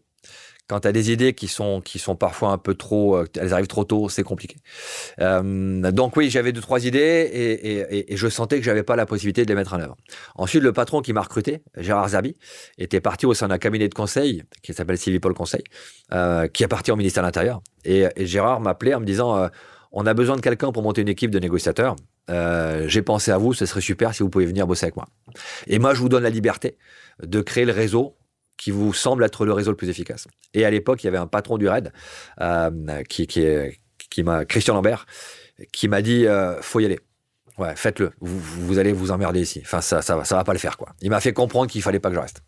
Que c'était compliqué, mais quand tu es un lieutenant et que tu as toute une hiérarchie au-dessus et que ça avance pas comme tu veux, il m'a dit allez bosser avec Gérard, vous allez vous éclater. Et il avait raison. Hein. Donc je suis allé bosser avec Gérard Zerbi pendant quelques temps. Et puis ensuite j'ai créé mon réseau et j'ai découvert que l'entreprise, puisque c'était les entreprises qui étaient mes clients, que l'entreprise était un espace de liberté assez sympa. Et puis l'entreprise que tu pouvais créer toi-même. C'est-à-dire quand tu mets ta peau dans la boîte, tu te lèves le matin, quoi. Tu sais pourquoi tu le fais.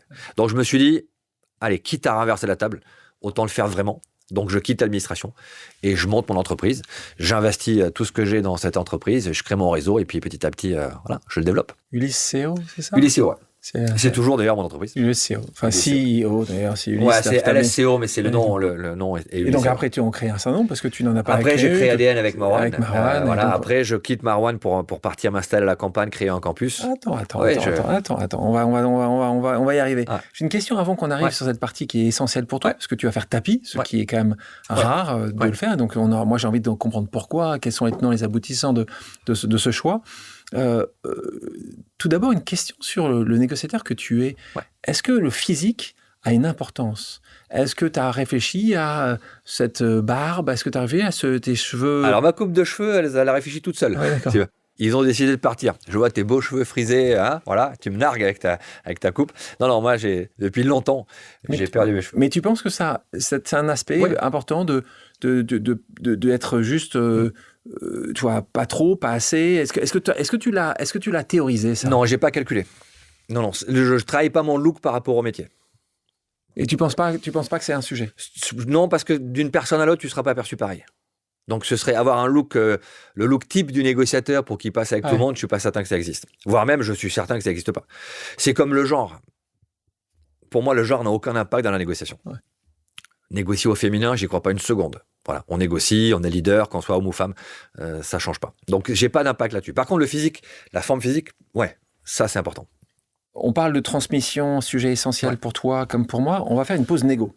Pause négo, c'est que je vais te poser des questions pour les gens qui nous écoutent, qui ont parfois certains sujets et en tout cas, j'ai envie de comprendre comment toi, tu gérais ou quel est le conseil ou les 2 conseils que tu pourrais nous donner dans ces cas-là. Est-ce que tu es prêt?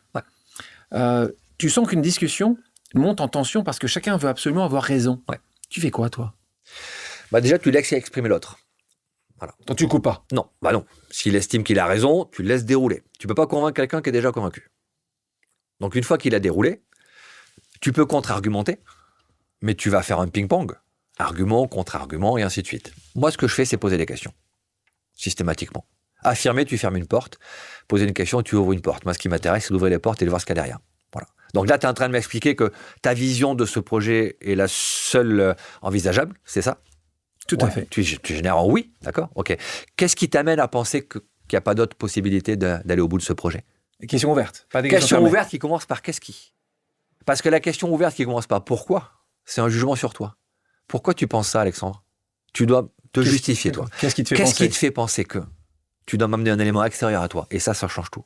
Donc l'art du questionnement, il y a une dizaine de techniques de questionnement, il y en a plus, mais tu as un solfège de 10 questions. Savoir le sortir au bon moment, c'est ce qui permet de laisser l'autre parler et puis de lui dire, je ne suis pas contre toi, mais j'ai besoin de comprendre. Quelqu'un te coupe sans arrêt dès que tu commences à parler. Tu fais quoi? Écoutez, on va arrêter de discuter.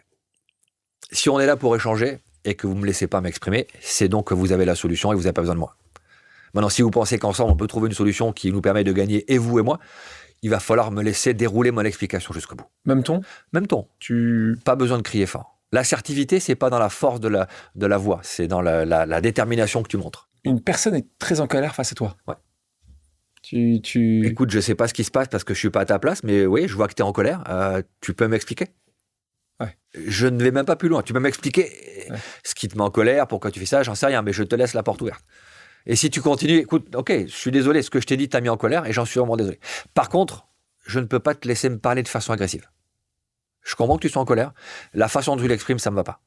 Et là, je rappelle quoi? L'OCP. On est là pour trouver une solution, mais si tu me parles sur ce ton, ça va être difficile. Mais ce sera ta responsabilité. Quelqu'un te met face à un ultimatum. Laurent, c'est maintenant ou jamais. Jamais, c'est-à-dire? Jamais. Ce sera jamais plus entre nous. Il se passera rien. Je m'en vais. Donc, tu t'es prêt à partir si je te donne pas raison?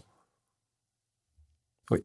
Ok. Bah, écoute, si c'est ta décision et que tu estimes que je peux pas t'apporter grand-chose, je pourrais pas t'empêcher de le faire. Voilà. Maintenant, moi, je pense que si tous les deux, on arrive à s'aligner sur ce qui peut t'aider, mais ce qui peut m'aider, à mon avis, tu gagneras plus que si tu partais tout de suite. Mais je suis pas à ta place, c'est toi qui vas décider.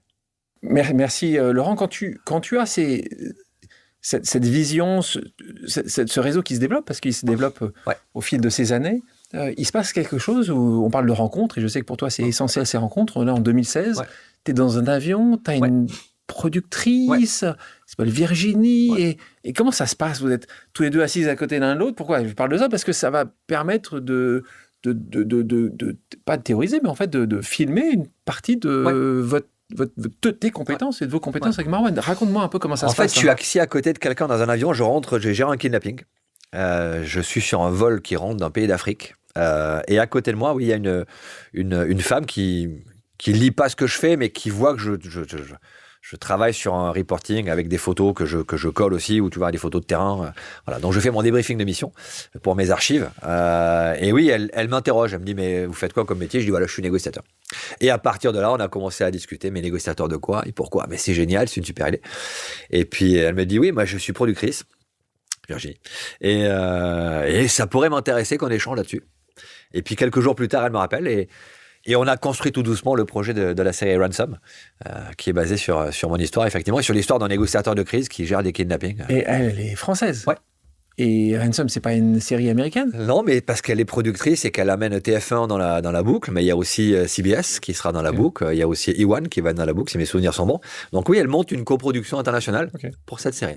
Et elle avait ça en tête déjà avant? Elle avait en tête l'idée qu'on pourrait faire une copro avec une vision très internationale. Oui, mais elle avait l'idée de ce négociateur. Ah non, je pense que c'est quand on a échangé que le truc s'est fait, C'est génial, ça. Oui, elle percute très très vite, et puis oui, elle a eu l'idée très vite, elle approchait très très vite. Et toi, c'est vrai qu'on t'a vu dans une de la saison 2, c'est ça? J'apparais dans la saison 2 ou 3. Qu'est-ce que tu fais? Je fais un come-up. En fait, j'apparais en tant que Laurent Combe-Albert. C'est vrai? Ah ouais. Okay. Ça se passe à Budapest. Et oui, on apparaît pour être présenté à l'équipe. La seule chose que j'avais demandé dans le scénario, c'est que le héros de la série soit franco-américain. C'est une série américaine, mais je voulais que le héros soit franco-américain, donc dans les faits. Ça va. Luc Roberts, qui joue mon rôle dans la série, il est franco-américain. Franco-américain? Il parle un peu français? Non, pas du tout. D'accord, ok. Ouais. Mais son ex-femme, par contre, est française. C'est Emma Decaune qui joue le rôle de son ex-femme. D'accord, ok. Donc dans la série. Ouais. Ça, t'en étais fier? Tu dis c'est sympathique. C'est un sujet pour toi ou? C'est pas un sujet. C'était un sujet.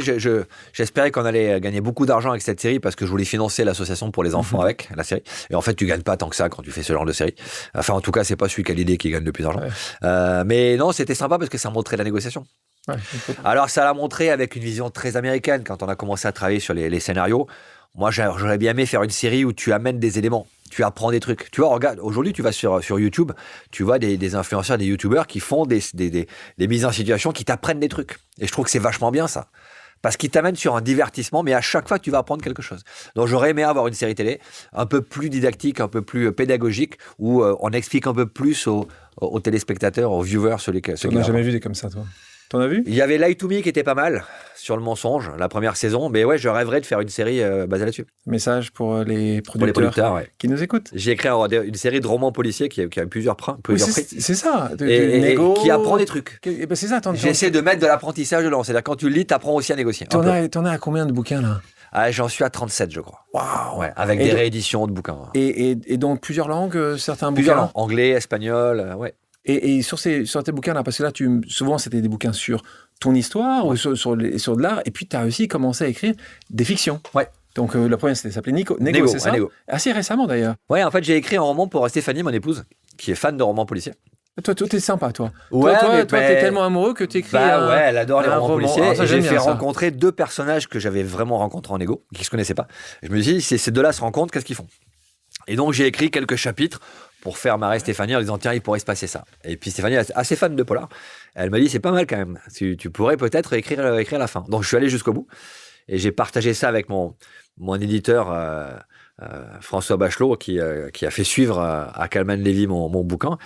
Et Caroline Despé, qui est mon éditrice chez Calman Lévy, m'a dit ça m'intéresse. Voilà. Et donc elle est très exigeante, ce qui est très bien parce qu'elle te challenge. Et donc on a retravaillé le roman pour le sortir. Il a eu un prix, le prix 100% Polar. Et puis j'en ai fait un 2e, puis un 3e. On a été 2e du prix Canal+. Pour mon 3e, j'ai eu le prix Goutte de sang d'encre. Donc c'est sympa parce que c'est pas le prix pour le prix, c'est les prix des lecteurs. Ouais. Donc en fait, les lecteurs apprécient le bouquin. Et ça, c'est pour ça que tu écris des livres en fait. Et est-ce que Stéphanie a aimé ses livres? J'espère. Non, me dis pas que c'est Non, j'espère, non, elle te l'a dit, forcément. Après, elle n'est pas objective. Oui, c'est ça. Ouais, elle elle me dit que si, mais elle n'est pas amoureuse. objective. Ouais, bien sûr, bien sûr. Mais non, elle aussi, elle est exigeante, donc c'est bien. Elle me challenge. Il y a 2-3 fois, j'ai fait faire des trucs à mes personnages. Elle me disait stop, arrête tout de suite, pas question qu'il fasse ça. Donc recommence. Je recommençais. Mais elle avait raison. On arrive sur cette année importante, pas uniquement par la Covid, mais une année essentielle parce que toi, tu décides. 2020. Voilà, on est en 2020 de faire tapis. De dire, je vends tout et je recommence tout. J'avais prévenu Marwan quand on a créé ADN. J'avais dit, écoute, pour mes 50 ans, je partirai à la campagne. Et je pense que Marwan ne m'a jamais cru. Il me disait, mais non, tu resteras à Paris, tu quitteras pas Paris. Et l'année de mes 50 ans, juste avant mes 50 ans, je dis, si je veux, pour mes 50 ans, être à la campagne, il faut que j'investisse. Et donc, c'est maintenant, je fais tapis. Et donc, en 2020, j'ai cédé mes parts de toutes mes entreprises. J'en avais plusieurs. J'ai cédé mon immobilier. J'avais un appartement à Paris, un appartement à Lyon. On a tout cédé avec Stéphanie. Stéphanie a quitté son job. Elle avait un gros job dans un gros labo. Et on a fait tapis pour partir à zéro, en pleine Covid, ce qui n'était pas le meilleur des contextes, pour pouvoir reconstruire le truc. Et au début, là, il faut comprendre, ce qu'avec Stéphanie, vous voulez faire, c'est, à ce moment-là, c'est créer un outil de transmission, de formation. Un campus. Ouais. Là, vous posez quelques questions en France? Vous regardez plusieurs endroits? Ou est-ce que c'est là? Ah non, mais c'est... Bourgogne, forcément? C'est Bourgogne, pourquoi? On a une maison de campagne en Bourgogne. On est à 1h45 de Paris. On peut remonter à Paris très vite pour l'émission. Le lieu est assez incroyable. On a 12 hectares de forêt. Ça s'y prête. Et j'ai 2 maisons de 2 voisins qui sont susceptibles d'être achetées et qui pourraient faire un campus et un restaurant pour les participants. Et on s'est dit, on va prendre le pari de faire venir nos clients à la campagne. Mais en plus, on va faire un campus éco-responsable. On veut un campus avec un impact positif sur l'environnement. Donc, panneaux solaires. On est autonome en électricité. On produit notre électricité. On a des batteries de stockage. On récupère nos eaux. On a un potager. On achète tout ce qu'on mange à moins de 50 km. Donc, c'est les producteurs locaux qui vont produire. Et on a pris ce pari-là de manière un peu folle. Aujourd'hui, quand on y réfléchit, on se dit on était fou de faire ça. Mais c'était génial. Enfin, être fou. Si tu vis sans être fou, tu vis pas vraiment. On a fait tapis sur tout ça. Ouais. Et donc, on a mis beaucoup d'argent sur le projet. Et c'est un projet qui a emporté l'adhésion de nos clients parce qu'aujourd'hui, ça marche très bien. Le campus est plein tout le temps. Une banque vous a soutenu? Non, une banque perso nous a soutenu. Banque perso vous a soutenu. Ouais, mais c'est surtout nous, on a mis tout ce qu'on avait. Tout ça. Ouais. Tout. C'est un risque. Ouais, mais je préfère que mon argent soit dans mon campus que sur mon compte en banque. Ouais. Parce que le campus, c'est la transmission. Quand tu transmets quelque chose, tu le divises. Donc ça s'appelle. Donc pour les gens qui sont intéressés, donc ça s'appelle votre entreprise avec Stéphanie s'appelle TTA. Ouais, donc exactement, l'agence de confiance. Et donc de ça, vous faites. En fait, vous êtes dit, on va construire ce campus. Donc quels sont. Donc il y a des clientes et des clients, je suppose. Ouais. C'est quoi le client type? Il n'y a pas de client type. Quand tu viens en inter-entreprise, tu peux avoir à côté de toi un médecin, un étudiant. Hier, j'ai croisé un étudiant qui va venir se former à la négociation, un DRH d'un grand groupe, un délégué syndical, un manager. Ça va être tous les profils. Voilà. Et c'est d'ailleurs la richesse du truc. On a 12 chambres au campus, donc il y a 12 participants, pas plus. Mais ce sont que des gens qui ont des métiers différents et qui vont s'entendre sur un seul sujet, la négociation. Ils font tous de la négo. Donc vous, négo, il n'y a que ça. Alors, il y a négo et leadership. On a 2 programmes. Okay. Hermione sur la négo, Héraclès sur le leadership. Et ils viennent se former en partageant leur expérience avec les autres. Ensuite, on a des entreprises qui viennent en intra-entreprise. Okay. On a des codires de grands groupes qui viennent s'isoler pendant 2 jours. L'avantage d'être dans une forêt, à moins de 2 heures de Paris, c'est que tu te coupes du monde. Vraiment. Une forêt, ça ralentit le temps. Tu as des arbres qui font 12 mètres de haut. Le temps s'apaise quand tu es dans la forêt. D'ailleurs, les gens parlent plus doucement. Ils laissent leur téléphone sur la table, ils répondent pas aux appels qui tombent. Donc on voit vraiment cette ambiance, c'est assez surprenant. Moi je l'ai vécu parce que j'habitais là-bas le week-end et on s'est dit mais ça on peut aussi le transmettre à nos clients. T'as pas mis de brouilleur anti... Non, il y a un système de sécurité évidemment draconien parce qu'on a aussi une cellule de crise qui est basée sur notre site, hein, donc on gère aussi des crises depuis là-bas. Mais non, on n'a pas de brouilleur de portable. Les gens sont raisonnables naturellement. Tu as toujours cette activité où tu vas pouvoir continuellement encore aujourd'hui gérer potentiellement pour un groupe ou pour des gens un kidnapping. Tu as toujours cette activité que tu vas faire en plus de cette formation? Si tu veux être formateur chez moi, il faut que tu sois un négociateur. Allez, il faut que tu pratiques. Tu ne peux pas former si tu ne pratiques pas. Si tu arrêtes de faire de la négo, tu arrêtes d'être formateur. Donc tous les formateurs de l'agence TTA sont tous aussi des négociateurs en fonction, c'est-à-dire qu'ils mènent des négociations. Soit certains sont dans leur boîte, dans leur société. On a des gens qu'on a formés comme Chief Negotiation Officer, comme Ciano. On a d'ailleurs déposé la marque en France Ciano parce qu'on pense que c'est un vrai job et que dans les années qui viennent, il y aura un vrai métier de négociateur transverse interne dans les entreprises.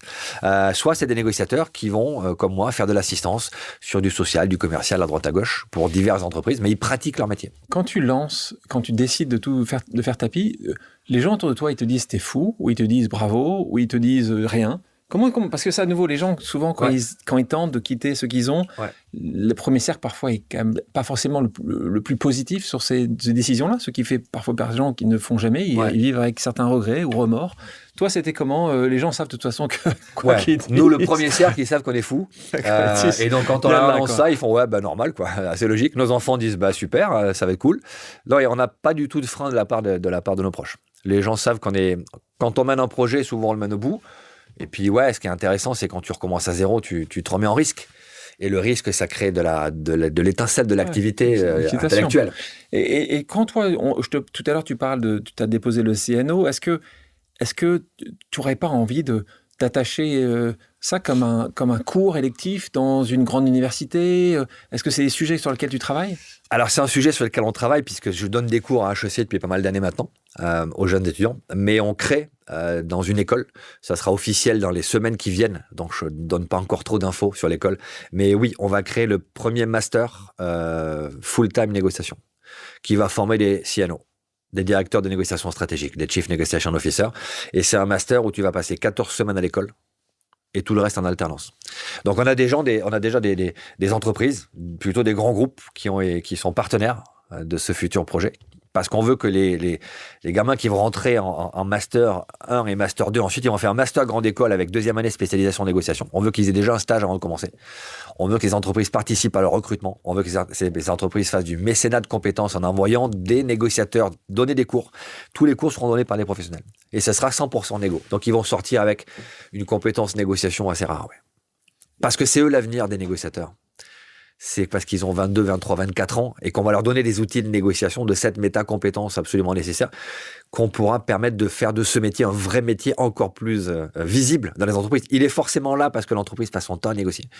Maintenant, on va le rendre plus visible, plus structuré, plus organisé. Moi, encore une fois, bravo Laurent d'avoir créé ça avec Stéphanie, ce campus et cette capacité à partager une connaissance avec d'autres. Une question... moi, qui m'intéressait, parce que je sais que tu fais partie des gens qui ont visité le plus de pays et je connais un certain nombre qui ont beaucoup visité, mais je crois que toi, tu étais quand même tout là-haut. Je crois qu'on a un peu plus de 200 pays dans le monde. 189. Qu'est-ce qui te manque comme pays, alors? Écoute, des petits trucs. J'ai fait une conférence sur un magnifique bateau de la Compagnie du Pont-Neuf il y a quelques temps, avec que des spécialistes de voyage. Et on a fait la liste des pays. Il y en a 2-3, que j'ai pas visité. Mais j'ai eu la chance de visiter beaucoup de pays pour le boulot, de faire beaucoup de négo ou d'assistance ou de formation dans ces pays-là. Donc j'ai visité pas mal de pays. Et justement, il y en a un de ces pays-là. C'est pour ça que je voyage plus d'ailleurs pour les vacances. Ouais. Ah non, mais les vacances, moi je reste chez moi. Les vacances, c'est chez moi. Je ne quitte pas ma maison. Oui, ça, 189, c'est quand même. Et il y en a un quand même que tu t'es dit dans ces voyages-là, où tu t'es tellement concentré dans le job, tu as eu le temps de rien. Mais il y en a plein comme ça. Ouais. Tu étais là, tu vas le job. L'Iran, le Pakistan, je suis passé. Il y a des pays où j'ai passé une nuit. Ouais.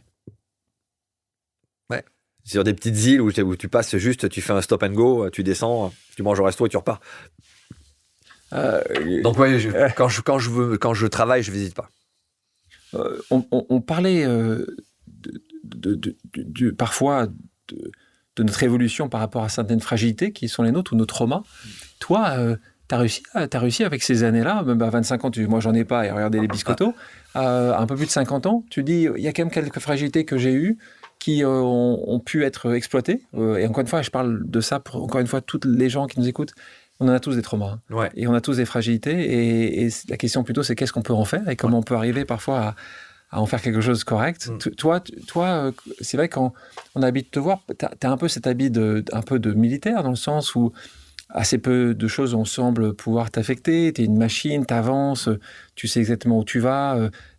On a l'impression que, comme n'importe quel négociateur, tu as 2-3 coups d'avance sur nous. Donc nous, simples mortels, on te voit, on dit juste, mince, comment... C'est quoi cette fragilité, toi? Quel est ce trauma qui fait que toi, tu avances comme de telle manière? Il n'y a pas de trauma. T'en as pas, toi? Non. J'ai vécu des situations difficiles, plein, mais je les ai toutes, utilisées pour apprendre. J'ai débriefé très très vite, sans savoir que ça s'appelait débriefing. Mais je me suis très longtemps interrogé sur qu'est-ce que tu as ressenti et pourquoi tu l'as ressenti. Et donc, les ressentis émotionnels que j'ai pu avoir, des débordements émotionnels que tu peux avoir en mission, j'ai toujours fait en sorte qu'ils soient constructifs. C'est pas un trauma dans le sens où il y a une effraction psychologique. Il y a un truc qui est rentré et que j'ai pas pu traiter. Chaque fois que j'ai eu à traiter quelque chose, je l'ai pondéré par l'émotion, je l'ai passé au filtre de l'émotion. J'ai pas eu de disruption, j'ai pas eu mon côté émotionnel qui s'est arrêté et qui a laissé rentrer des informations qui derrière vont créer une réviviscence compliquée. Pas du tout. Mais chaque fois que j'ai vécu une situation difficile, et ça m'est arrivé plein de fois, chaque fois je l'ai utilisé, je l'ai valorisé. Perso, on parle perso, aussi là, hein. pro, tout. Ouais. Et justement, tu parles d'émotion, c'est un sujet que toi, t'arrives à montrer cette émotion. Ah oui, tout le temps. Tout le temps. Quand je suis en colère, je veux que ça se sente. Quand j'ai peur, je veux que ça se sente, bien sûr. Parce que l'Est n'est pas du tout... L'empathie, elle repose sur le lien émotionnel. Si t'es quelqu'un qui est poker face, qui montre rien, tu crées pas le lien. Donc le but de l'émotion, c'est de la montrer, mais de la contrôler. Si ta colère, elle est légitime, faut la laisser sortir. Par contre, ta colère, c'est pas de l'agressivité. Tu penses que les Américains sont bons justement à ça? Je connais des Américains qui sont très bons et d'autres qui le sont pas. Et des Français qui sont très bons et d'autres qui le sont pas. Je suis pas certain que ce soit culturel, mais je pense que les générations changent. Moi, c'est le truc de vieux combattant. De mon temps. De mon temps, tu parlais pas des émotions. Moi, j'ai de la chance d'avoir une mère qui m'en a parlé assez tôt. Ça faisait partie du jeu. C'était logique d'avoir des émotions, d'être triste. Donc, c'était comment? Plein de mes potes de promo, le côté émotion, quand on l'annonçait, c'était compliqué. On le mettait sur la touche. Même au raid, j'ai entendu plein de fois la phrase « La peur, c'est pour les lâches ». La peur, c'est pour les fous. Les fous qui ont envie de prendre conscience qu'il y a un danger. Voilà. Donc quand tu fais un truc fou et que tu as peur, c'est bien, tu vas faire attention. Mais si tu fais un truc dangereux et que tu n'as pas peur, tu n'es pas lâche, tu es inconscient. Donc l'inconscience, c'est risqué. Donc oui, les émotions, c'est un super outil. C'est un super outil. Et tu disais quelque chose, tu l'as dit plusieurs fois, dans le regret, en fait. C'est-à-dire qu'aujourd'hui, tu vois, tu me dis, je regrette pas, je regrette rien. Rien. Chaque fois que j'ai pris une décision et qu'il y a eu des conséquences négatives, Tu l'assumes.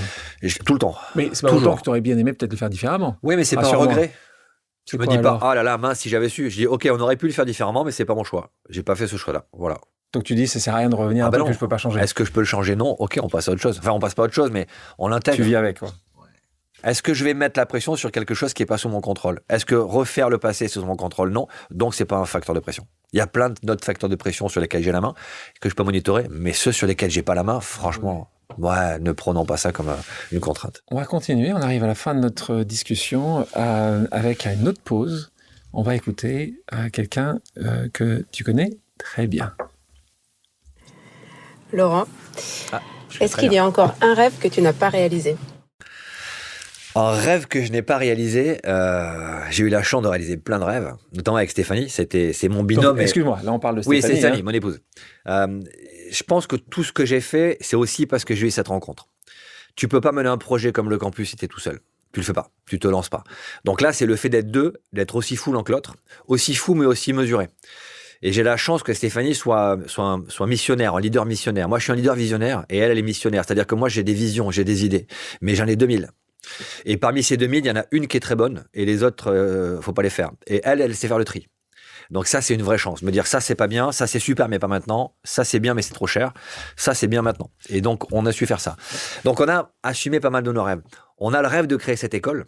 Encore une fois, je sais que ça te parle, mais la transmission, pour moi, c'est la clé. Je viens d'un endroit où on transmettait tout. Les vieux, chez moi, ils transmettaient aux jeunes. On t'apprend à pêcher, à jouer au rugby, à aller au ski. Ça faisait partie du jeu. Donc, j'aime bien cette idée de transmettre. Donc, mon rêve, ce serait d'avoir une école de négo gratuite. Un jour, de faire l'école 42 de la négociation, où tu fais venir des gamins qui n'ont jamais fait de négo de leur vie, mais ils en ont fait, mais ils ne le savent pas. Et tu les formes par la transmission entre eux de ce qu'il faut faire pour être efficace dans ce type de métier. Donc, c'est sur la transmission. Mon rêve, c'est que tout le monde fasse de la négo éthique. Ouais, ce qui est parfois pas forcément. Négo éthique, on ne devrait pas mettre ces deux ensemble. Un oxymore. La négo, c'est forcément éthique, mais tu es obligé aujourd'hui de le préciser. Ouais, parce que c'est ça, parce que ça pourrait être visible, comme si tu me prends l'exemple de Trump tout à l'heure. Bien sûr. Tu dis justement, la négo n'est pas forcément. C'est un oxymore. Mais si tout le monde savait négocier, on valoriserait le conflit et on vivrait ensemble plus efficacement. Est-ce qu'il y a un endroit, peut-être que c'est cet endroit en Bourgogne où tu aimes faire la pause? Ah oui, là-bas. C'est là-bas. Ouais. J'ai la chance d'avoir une cabane à 8 mètres de haut, au milieu des branches et des oiseaux. Donc là, je monte dans la cabane. C'est un bureau que j'ai fait construire dans un arbre. Et là, c'est le vent droit de la pause. Là, c'est cool. Dernière question. Maintenant que tu as passé ce moment à mes côtés, est-ce qu'il y aurait quelqu'un, tu dis Alexandre, soit je connais cette personne, soit je ne connais pas, mais j'aimerais qu'il vienne nous raconter son histoire et à son tour transmettre. Tu aurais quelqu'un que tu aimerais? Ouais, il y a quelqu'un que je kiffe depuis des années et que j'ai jamais croisé. J'aurais pu, mais je n'ai jamais osé le faire pour l'instant. C'est Alexandre Astier, le créateur de Kaamelott, entre autres, qui est un musicien, qui est un scénariste, qui est un acteur, qui fait des trucs assez dingues. Et j'aimerais bien l'écouter, faire une pause avec toi. Et c'est très personnel, c'est que pour moi. Mais j'aimerais bien qu'il puisse être là et qu'il t'explique tout ça. On va lui demander. Ouais, je pense que le gars est assez génial. Et comme tous les génies, je pense qu'il y a un côté très obscur dans ce qu'il peut raconter.